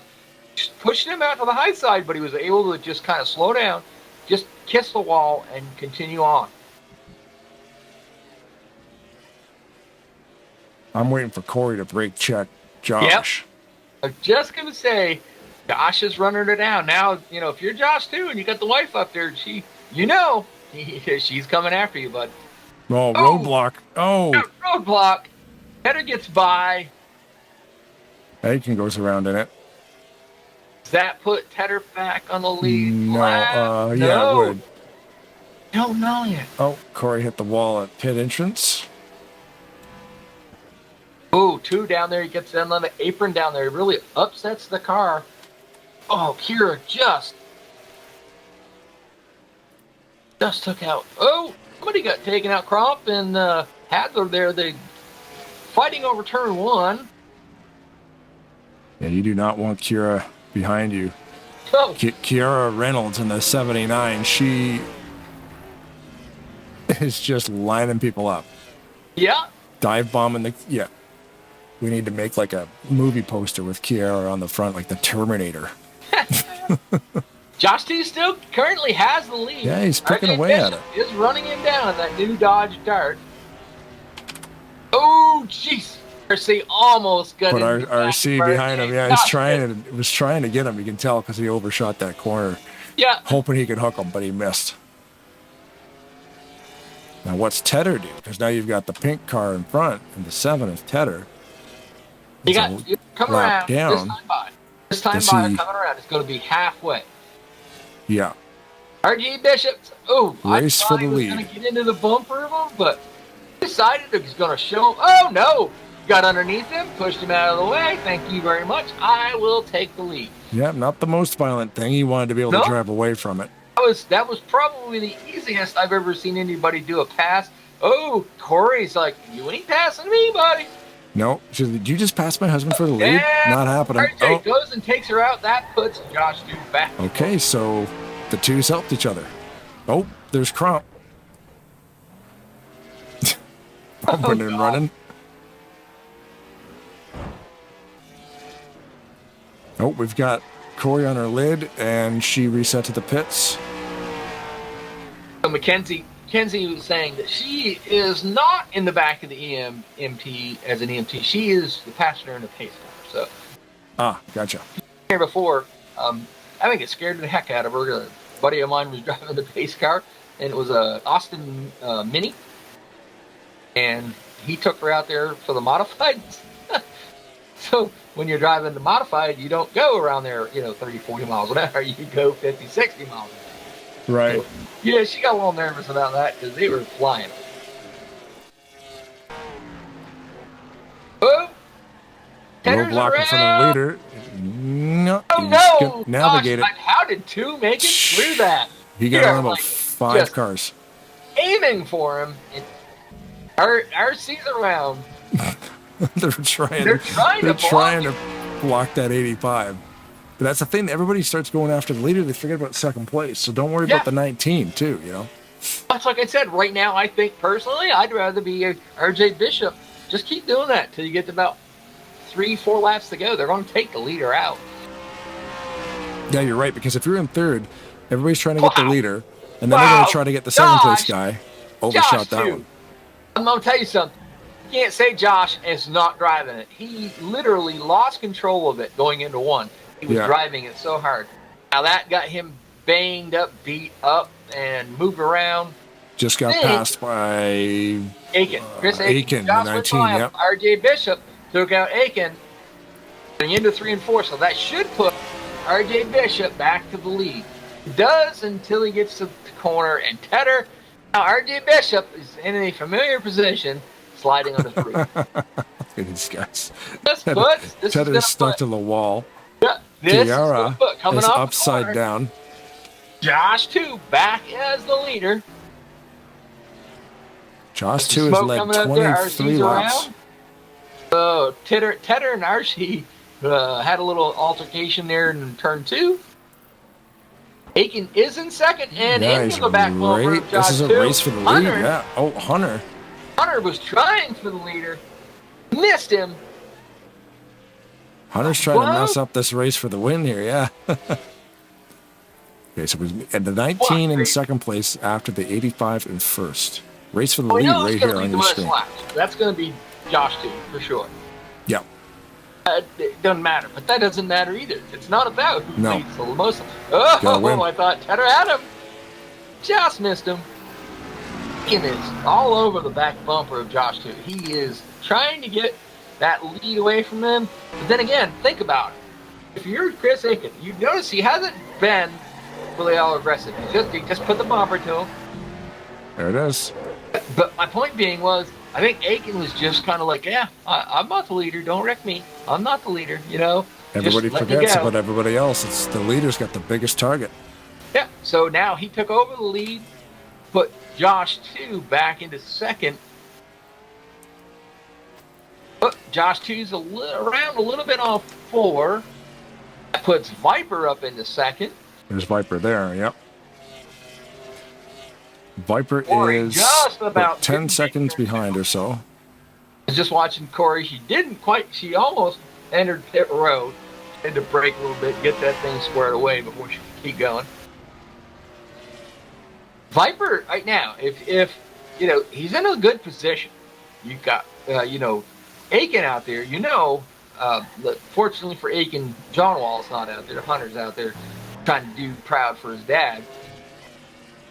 That John would be hunting him down. Yeah. John wouldn't care how many laps down he was. He'd be just brake checking the guy all the time. Let him go around, do it again. Through the pits. So this is your current leader, the 19 of Chris Aiken.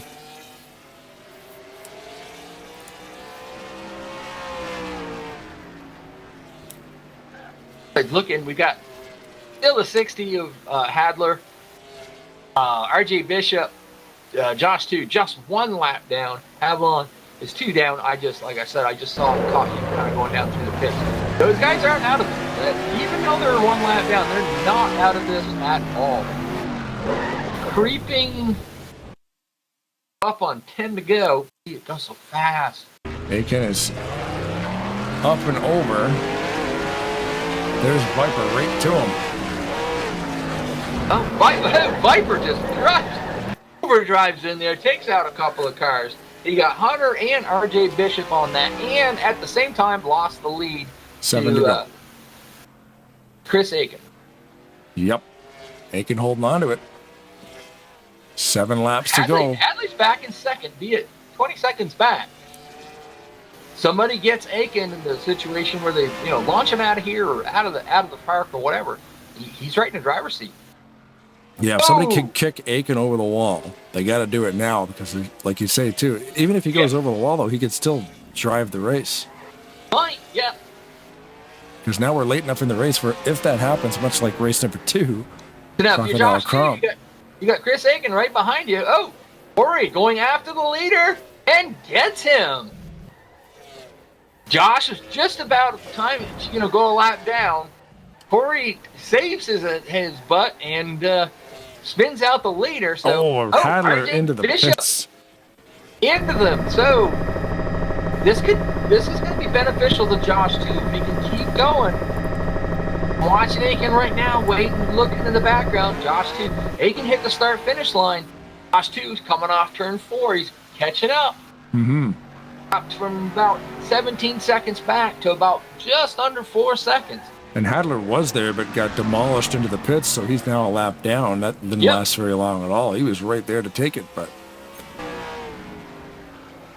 And then you still have RJ Bishop. He's still one of the cars on the lead lap. And then, like I said, Viper and Hadler, 1 lap down.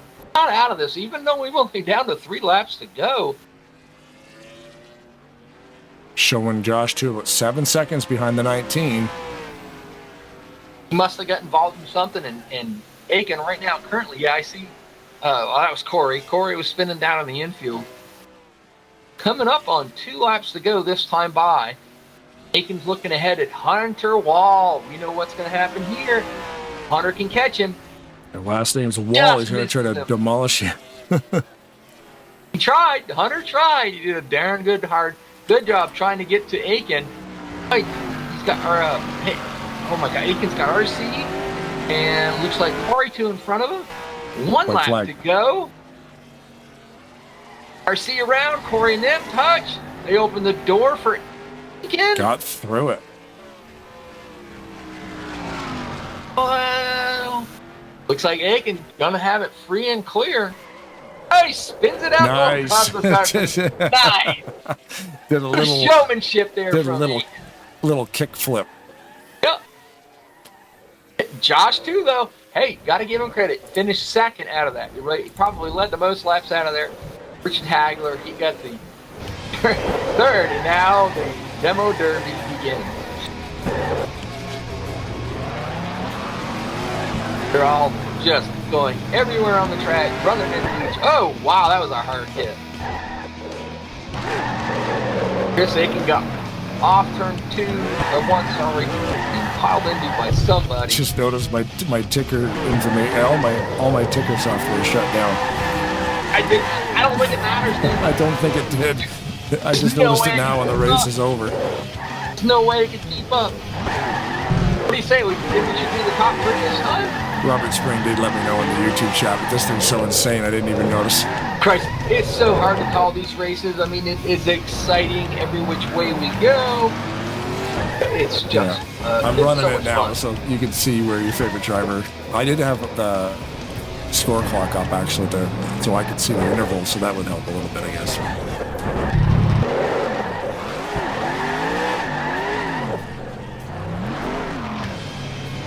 Don't have her up there in Team Sweeney. There you go. We'll grab Josh too. Josh 2. Once again, you got Rod and Blade in the booth. You got to conquer, my friend. I got you. So, I'm going to go on a limb here. I think you led the most laps on that one. Probably. It's just, I think your strategy was wrong in one point. You led too much at the midway point. You needed to let the guys get out in front of you, the leaders wreck, and try to be, second or third, not too far back with about 4 or 5 to go. Yeah, I wasn't really sure. I'm not used to running that far up in the Bash race, so I wasn't really sure what the strategy should be. But I looked who was behind me. Chris was behind me, and so I felt okay with that. And yeah, I guess I should have be a sitting duck there. Yeah, well, you know what? All in all, though, is just the event itself a big success. I mean, that was a lot of fun. Like I always say, one of the toughest podcasts we ever have to do, but absolutely the funnest. I'm sure. I can't imagine what all. There's plenty to talk about. We are so busy and running around like a head with our chicken cut off, and it's just like I forgot to reset the ticker for that last race because it was just so insane. I can't keep track of all the stuff I need to keep track of. But like again, it is probably, like I said, the most insane, the hardest one to ever call, but the most funnest one. We do appreciate you inviting us to come over here and to call this race. Oh gosh, of course. We definitely wanted you guys back, and we thought after New Year's would be a perfect time. And I thought it might work out, but it just I really thought somebody there at the end would probably get Chris, because it seems like within the last 5 laps when we're racing, there's like a bounty on whoever the leader is. But it just didn't quite happen. So yeah, like I said, my philosophy was that you were just a little bit in the wrong position because of that. I mean, literally, I thought that was the exact same thing. I'm thinking, yeah, he's in second. He's got this. It's going to be good. They're going to get him. And it just so worked out that the last 2-3 laps that he had to run, nobody could get to him. So it worked out good for him. Yep. But it was a lot of fun. It was still a lot of fun, a good race. There's just so much going on, trying to avoid stuff. And there's a lot to think about because you're like, do you want to be the leader? And you have to avoid all these crashes and all this stuff. There's a lot to think about.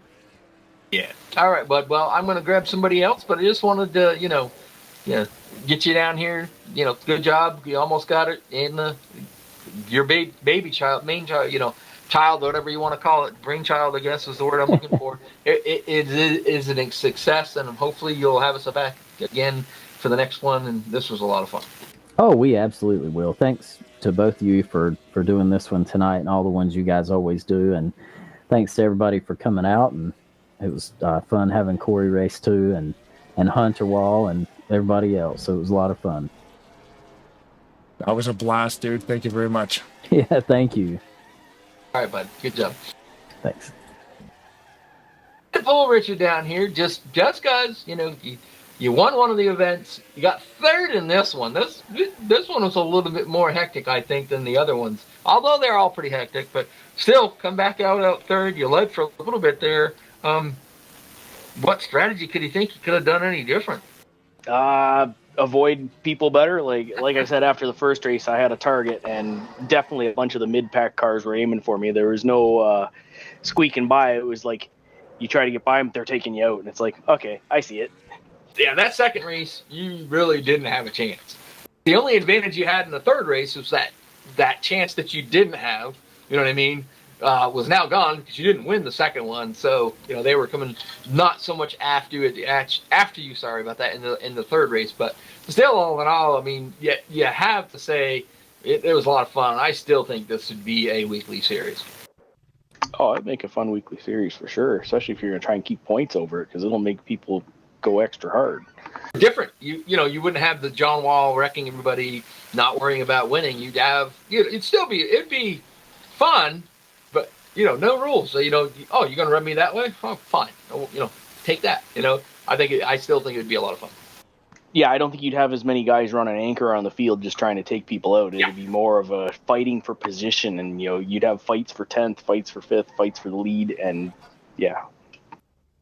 All right, bud. Well, I just wanted to bring you back up. I'm actually going to give you the chance if you want. I'll let you thank some people that might have got you here or whatever, or just in the league, whatever you want to do. I'll give you the floor for a little bit. You can thank the people you want to thank. I'm good. I said my piece in the first race. Thanks for everybody that runs this stuff and lets us come out and play. All right, buddy. Congratulations. I know it's third, but that you got to win. Got a third. I'm not sure what you got in the second one, but we know that they were after you hard. So you had a lot of fun. Good job, bud. Thank you, guys. Thanks, Richard. All right, so you got Rod and Blaine in the booth. First, we got to find out. Chris, you here? Yes, I'm here. How's it going? Yes, I'm here. So you got lucky at the end of it. Not just strategy race, tough race, a lot of fun. Last few laps there, nobody really could get near you to stop you. I think Josh too. We had him in here. He was a second place guy. He kind of thought that that's what was going to happen. But all in all, that last one, you just you got out there, you got out in the lead. I don't think you led the most. I will give that to Josh too. But still, a lot of fun. Yeah, these bash races, no matter where you wind up or how it all transpires in the end, they're always a blast. I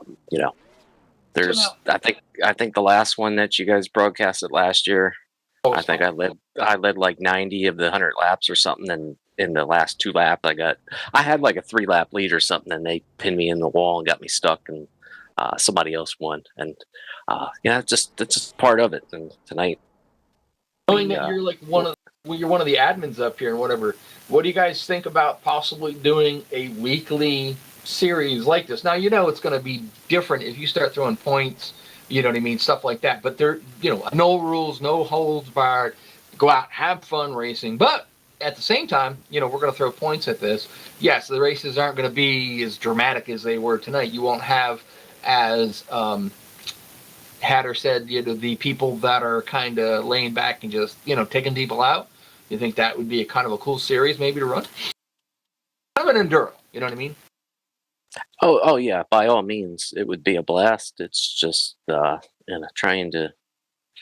unfortunately trying to find time to put everything together, and trying to figure out a way to make it so it keeps its entertainment value rather than people just trying to turn it into another like a points racing type series. So I get your point there, because if you did this every week, you might lose a little interest in that. But yeah, where you do it once a year, broadcast it, let's have some fun with it. It does have a pretty good excitement factor. Yeah, and that's a blast. And our Monday series we had scheduled off last week, and I knew that this broadcast was happening tonight, so I asked everybody if they wanted to do something last Monday, and we put together a fun little smaller bash race at the Walmart parking lot, which was loads of fun as well. Is there a track in the Walmart parking lot? That's amazing. Yes, it's literally a parking lot, and Walmart's in the background. So they made like a racetrack that's a parking lot. That's awesome. Pretty much. That's crazy. You're gonna have to or corrugate one of them up and air that one. That would be a blast. Yeah, that's a good one. We wanted to test it out for sometime in the future. Putting these bash races on is fun, but you've also got to think about a decent track to pick. And when Jamie originally picked this particular track, I was kind of questioning myself, why do you pick a track that doesn't have walls in the middle? People are just going to cut across the middle. but it's all sand and dirt down there. So if you do try and cut through the grass or the infield, you're going to wind up losing a bunch of time spinning out and just running into problems. So no, great job picking the track and putting everything together tonight by Jamie. That's the thing about it is I went out there and I don't remember how many laps I did, a few laps of practice with you guys just before the race started and whatnot. And I've always said in any of the broadcasts, always say to Blaine, you know why they put grass on the infield? Well, because if it was asphalt, us drivers would try to use it. And absolutely, I got out there and I'm looking down at the bottom of the track and I'm like, let's try it. And I went down there and next thing I know, I'm off the corner only on my right side tires. The car's tipped up. Yet there is no advantage by dropping too low.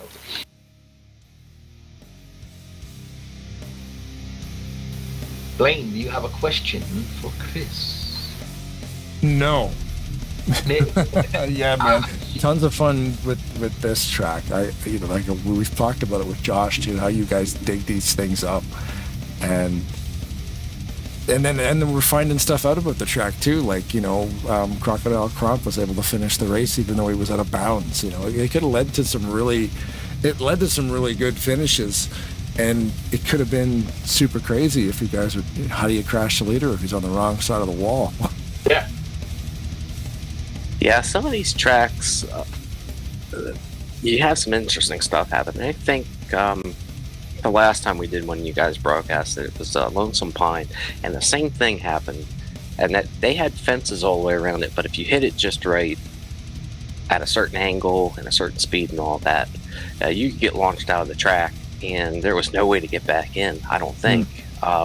So you either had to just run around the outside of the track and be slower than everybody else, or you had to get towed back to the pits, and then you'd be a few laps down. But yeah, it's always interesting to find out these little quirks about these tracks, and I think a lot of how these bash races came to be, and kind of hate to admit this, but when it was just a few of us, 5 or 6 of us running our Sunday night, Monday night races, we would run with no damage on just because it was such a small field that if 3 or 4 guys got in a big wreck, that could be pretty catastrophic for them, and you wouldn't really have any competition left. So we would run all the races with no damage on, and we just get to goofing off in the last 5 or 6 minutes of practice, just going out there and just. I remember that. Slamming each other. Yeah.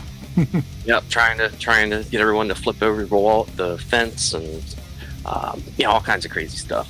So that's sort of how I remember these coming to be. I think Jamie and those guys did them before my time, before I started here.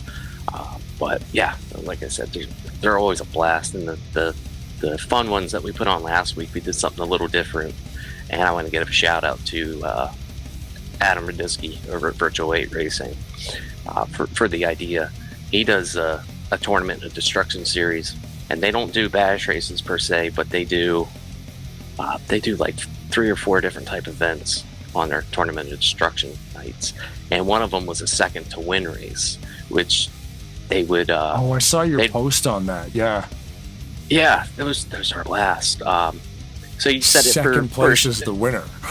Yeah, you set it for a shorter race, a normal race. You'd run the race as normal until you get to the last 5 or 10 laps or whatever, and whoever finishes second is the winner, and the winner gets disqualified and finishes last. You get just run a normal race for the first 10 or 15 laps, and then last 5 or 10 laps or whatever, everyone just comes to a crawl. Yeah. And then you'll get a guy in the back who just doesn't care and come plowing his way through there, and you get down to the last lap and everybody kind of gets in position. Man, it is chaotic coming back to the line, because everybody's trying to not be the first one across the line, but somehow time to be the second car across the line. And oh my goodness, it's every single one of those I've ever run has just been so wild, so chaotic, so much fun. That's a crazy idea. Like to watch you watch a really good race until the last 4 or 5 laps, and it just turns into a dumpster fire because nobody wants to finish it. Yeah, I mean, and I hope that you do it on a real small track because everyone will slow down to an ungodly speed. I'm talking 30, 40 miles an hour. Sometimes trying to push each other. Yeah. Yeah. But to think about it though, it's like we've always talked about this, Blaine, that people, this game is old, and people just keep coming up with new ideas, new ways. So for example, the New Year's Bash, and Dash. It's a fun concept. TMP. Can't take, but you get only 10 tires total. You cannot take tires under yellow flag condition.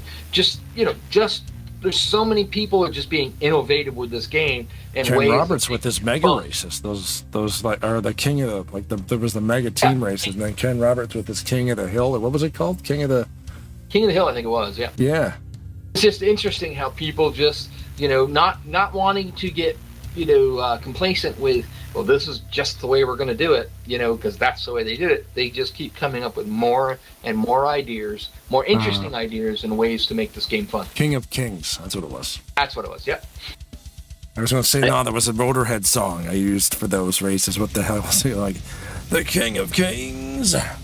But yeah, it never ends. Like, you think everybody's already thought of everything, and then I hear about this second place wins thing. I'm like, oh yeah, that would be kind of crazy. There's another new one for the pile. Yeah, so maybe we'll put together something again in the future and make that part of it, one of the broadcasts. But to touch on what you guys said about some of these leagues running a little bit different type events, every league out there runs a regular type racing series with the somewhat serious type racing points and championships and all of that. And sometimes it's just nice to take a break from that and do, second to win or bash race or a King of Kings or just whatever, demolition derbies. There's all kinds of stuff you can do. And like you said, there's a lot of newer type stuff that's come out here in the last, even in the last few years.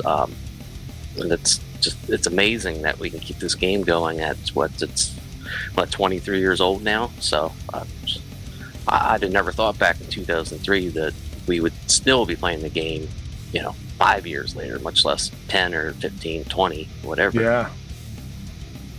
And yeah, I mean, the 4 gigabyte patch helped. And then from there, it just kept going. I wonder if that never got done, if it would still be alive. It probably would be. But Project that really Wildfire did help.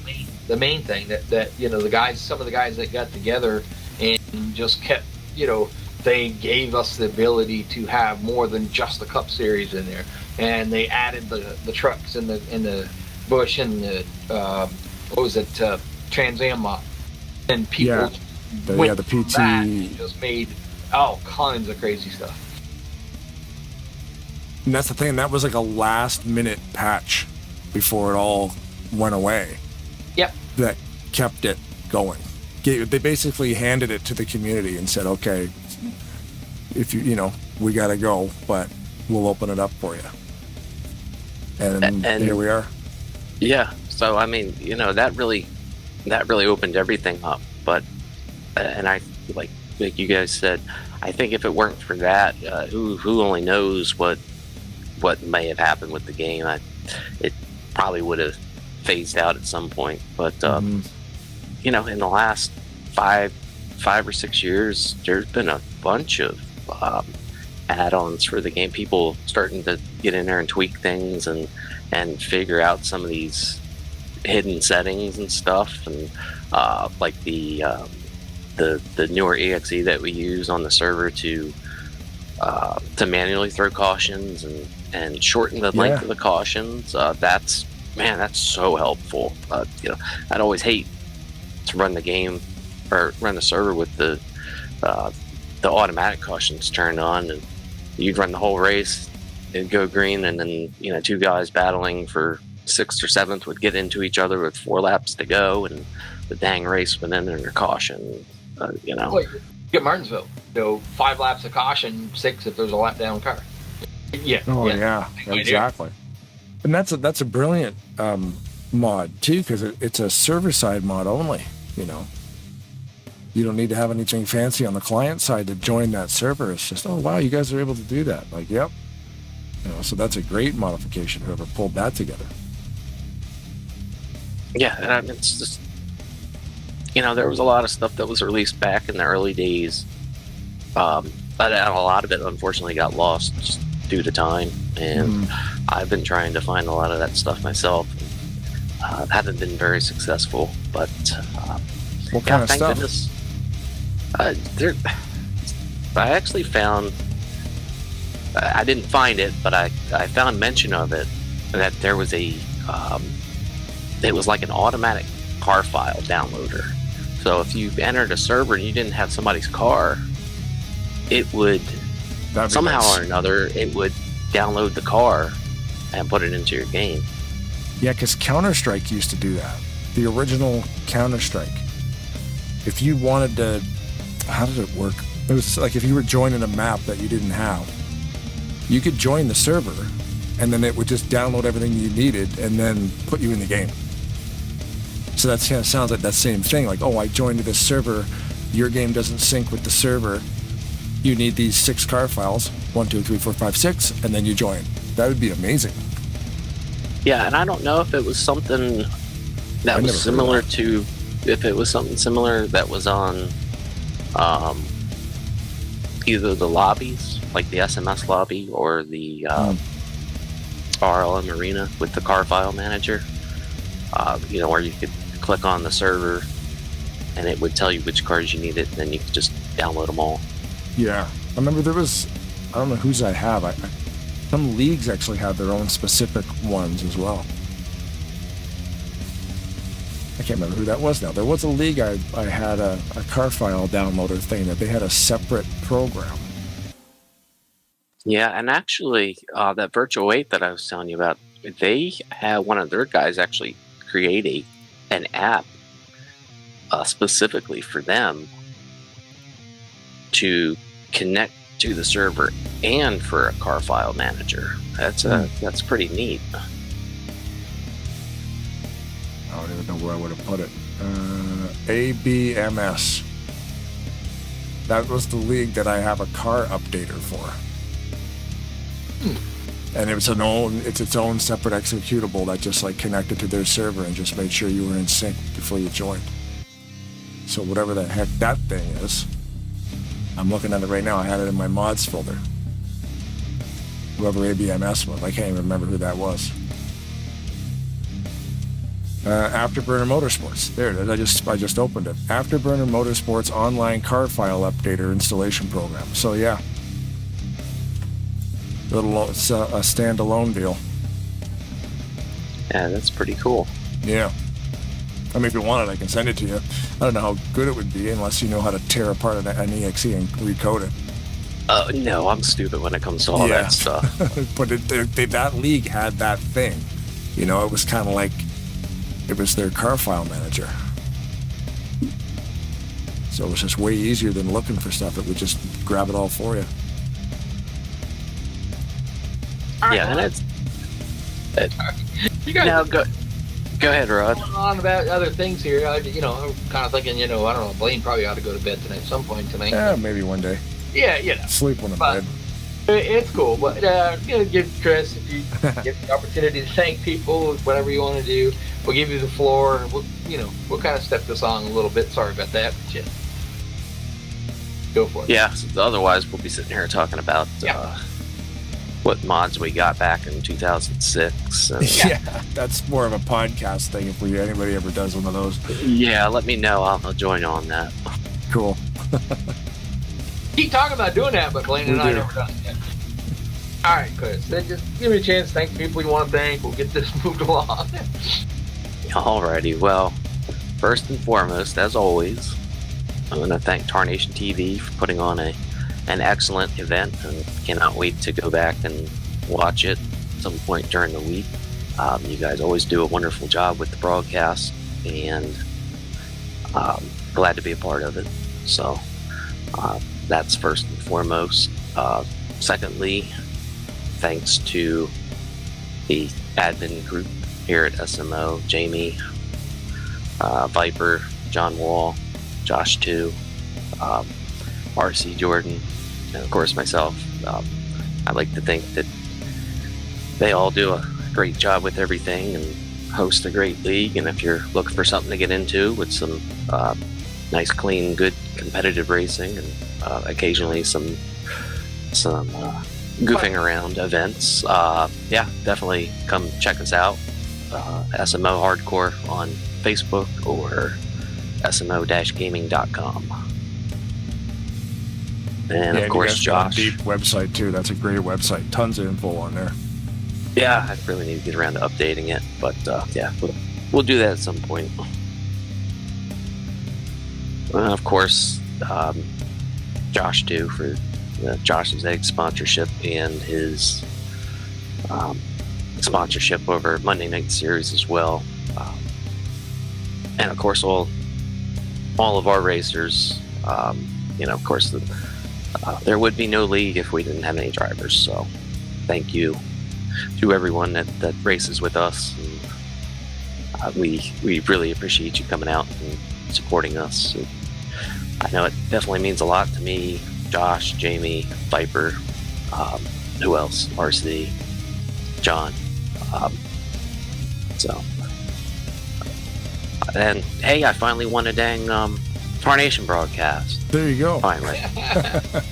I'd always come so close and either get passed on the last couple laps, or if it was a bash 'em up race, get wrecked out of the lead with 2 laps to go. So if you're gonna win one, this was the toughest one. Right, yeah. And don't let him kid you. Don't let him kid you. The guy wins a lot. I've raced over SMO. Chris is one of the most competitive in, not every race, don't get me wrong, but him and John Wall literally put on usually some really good shows in the races that I've run with these guys. Well, you gotta get the broadcast win. That's the only ones that matter. Yeah.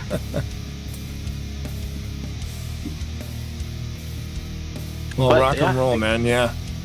Yeah, I definitely appreciate it, and it's always great to be able to talk to you guys. It usually means that you wound up with a pretty good finishing spot. So, and hopefully you didn't do something stupid to wind up here.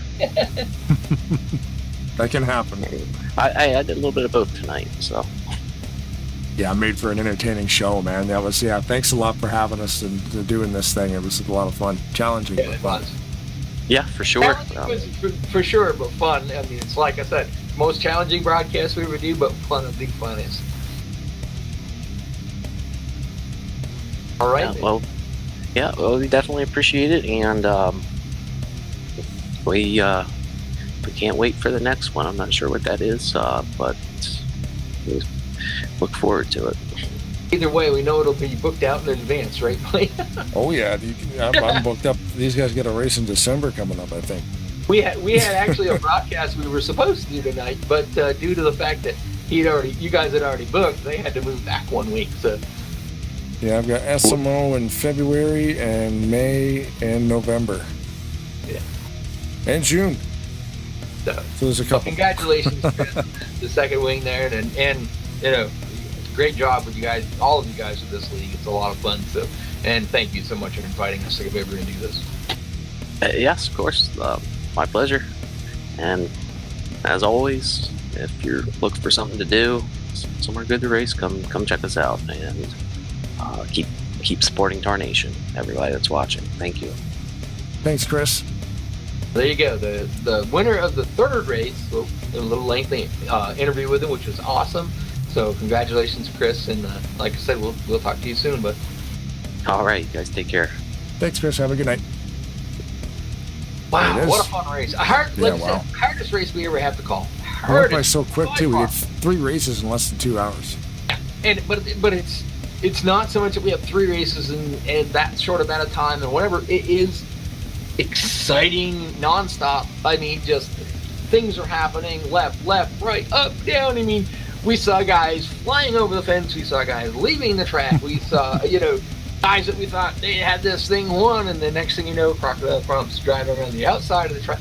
So much exciting and fun. Hunter Wall being his first race. Corey too being in there tonight. I'm not sure how many races. I know she was part of the event last year. So, a couple of different drivers in there tonight. Hadley, I think it was. A couple guys that I didn't know, but probably guys that raced there. I haven't been racing over there with SMO for quite some time. But, what a race. That was a lot of fun to call. Yeah, busy, that's for sure. Trying to get the right camera angles. Hope I did an okay job. Forgot to totally reset the ticker in the last race, but by the time I noticed it, it was over. But last year, I mean, it was so funny. I can't remember exactly what track Chris had brought it up, the one we had run, but I do remember you ended up going to like one of the weirdest views that you probably would never use, solely because the track file, whatever, it was really the best way for you to get the good view of the whole situation. Yeah, there's ways to work around it, and hopefully, we pull it off in glorious fashion. But thanks everybody too. Upcoming broadcast tomorrow night. Are we going to get out of this damn tunnel? We're going to go slow this time because I was in a hurry for some reason. We're close, but come watch us tomorrow night. Are we there yet? About 8 o'clock at night. We got a little early start last week, just the way it worked out. IU broadcast with Seth Cole and Michael Norman or Kyle on Thursday at RTG. Yes. Saturday, we are starting up the ASR. Premier Super Speedway Series. Yeah, and due to the fact that tonight we're here with SMO, Sunday night we'll be back at it again with the ASR Super Speedway Series, crowning a champion. You think Garland Oaks can get him? I mean, it's going to be a good one. Ryan Russell is about 9 points on him, I think it was. It's close. It's so close, and it really depends. We know how it's going to work out. Ryan Russell's going to go out and just keep Garland Oaks in his sights. Garland Oaks has got to go for the win. I mean, and Rawson hasn't had a really bad finish. He's always up in that top 5. It's crazy. I think last time I looked at it, Brian Wolf was something like a little over 35, 38 points out. Don't think he can do it, but 40 drivers show up. You know what I mean? Depends, everybody has a bad night. He wins the race. Possibility, So it all depends just on how many people show up and how it goes. So you got to come check that out. Yeah, man. Thanks for watching, everybody. A very active YouTube chat tonight. Trying to get to some of it, but it was tough to do. There's a lot going on. Lots of interaction on the YouTube channel. Thanks for watching. Thanks, of course, to all the drivers for showing up and doing what they did. Thank you, Rod Weston, for the assist on the co-hosting. Of course, Chris, Jamie, Josh, the whole entire crew over there at SMO for always calling us for these super fun events. Yeah, thanks to SMO for having us in to do their broadcasting services this evening. So as always, looking forward to it for next year, Al or yeah, we'll be here. I got them on the schedule for like 3 or 4 broadcasts this year already. So yeah, as always, thanks everybody involved, and we'll see you next time on Tarnation TV. If the women don't find you handsome, they should at least find you handy. Keep your stick on the ice.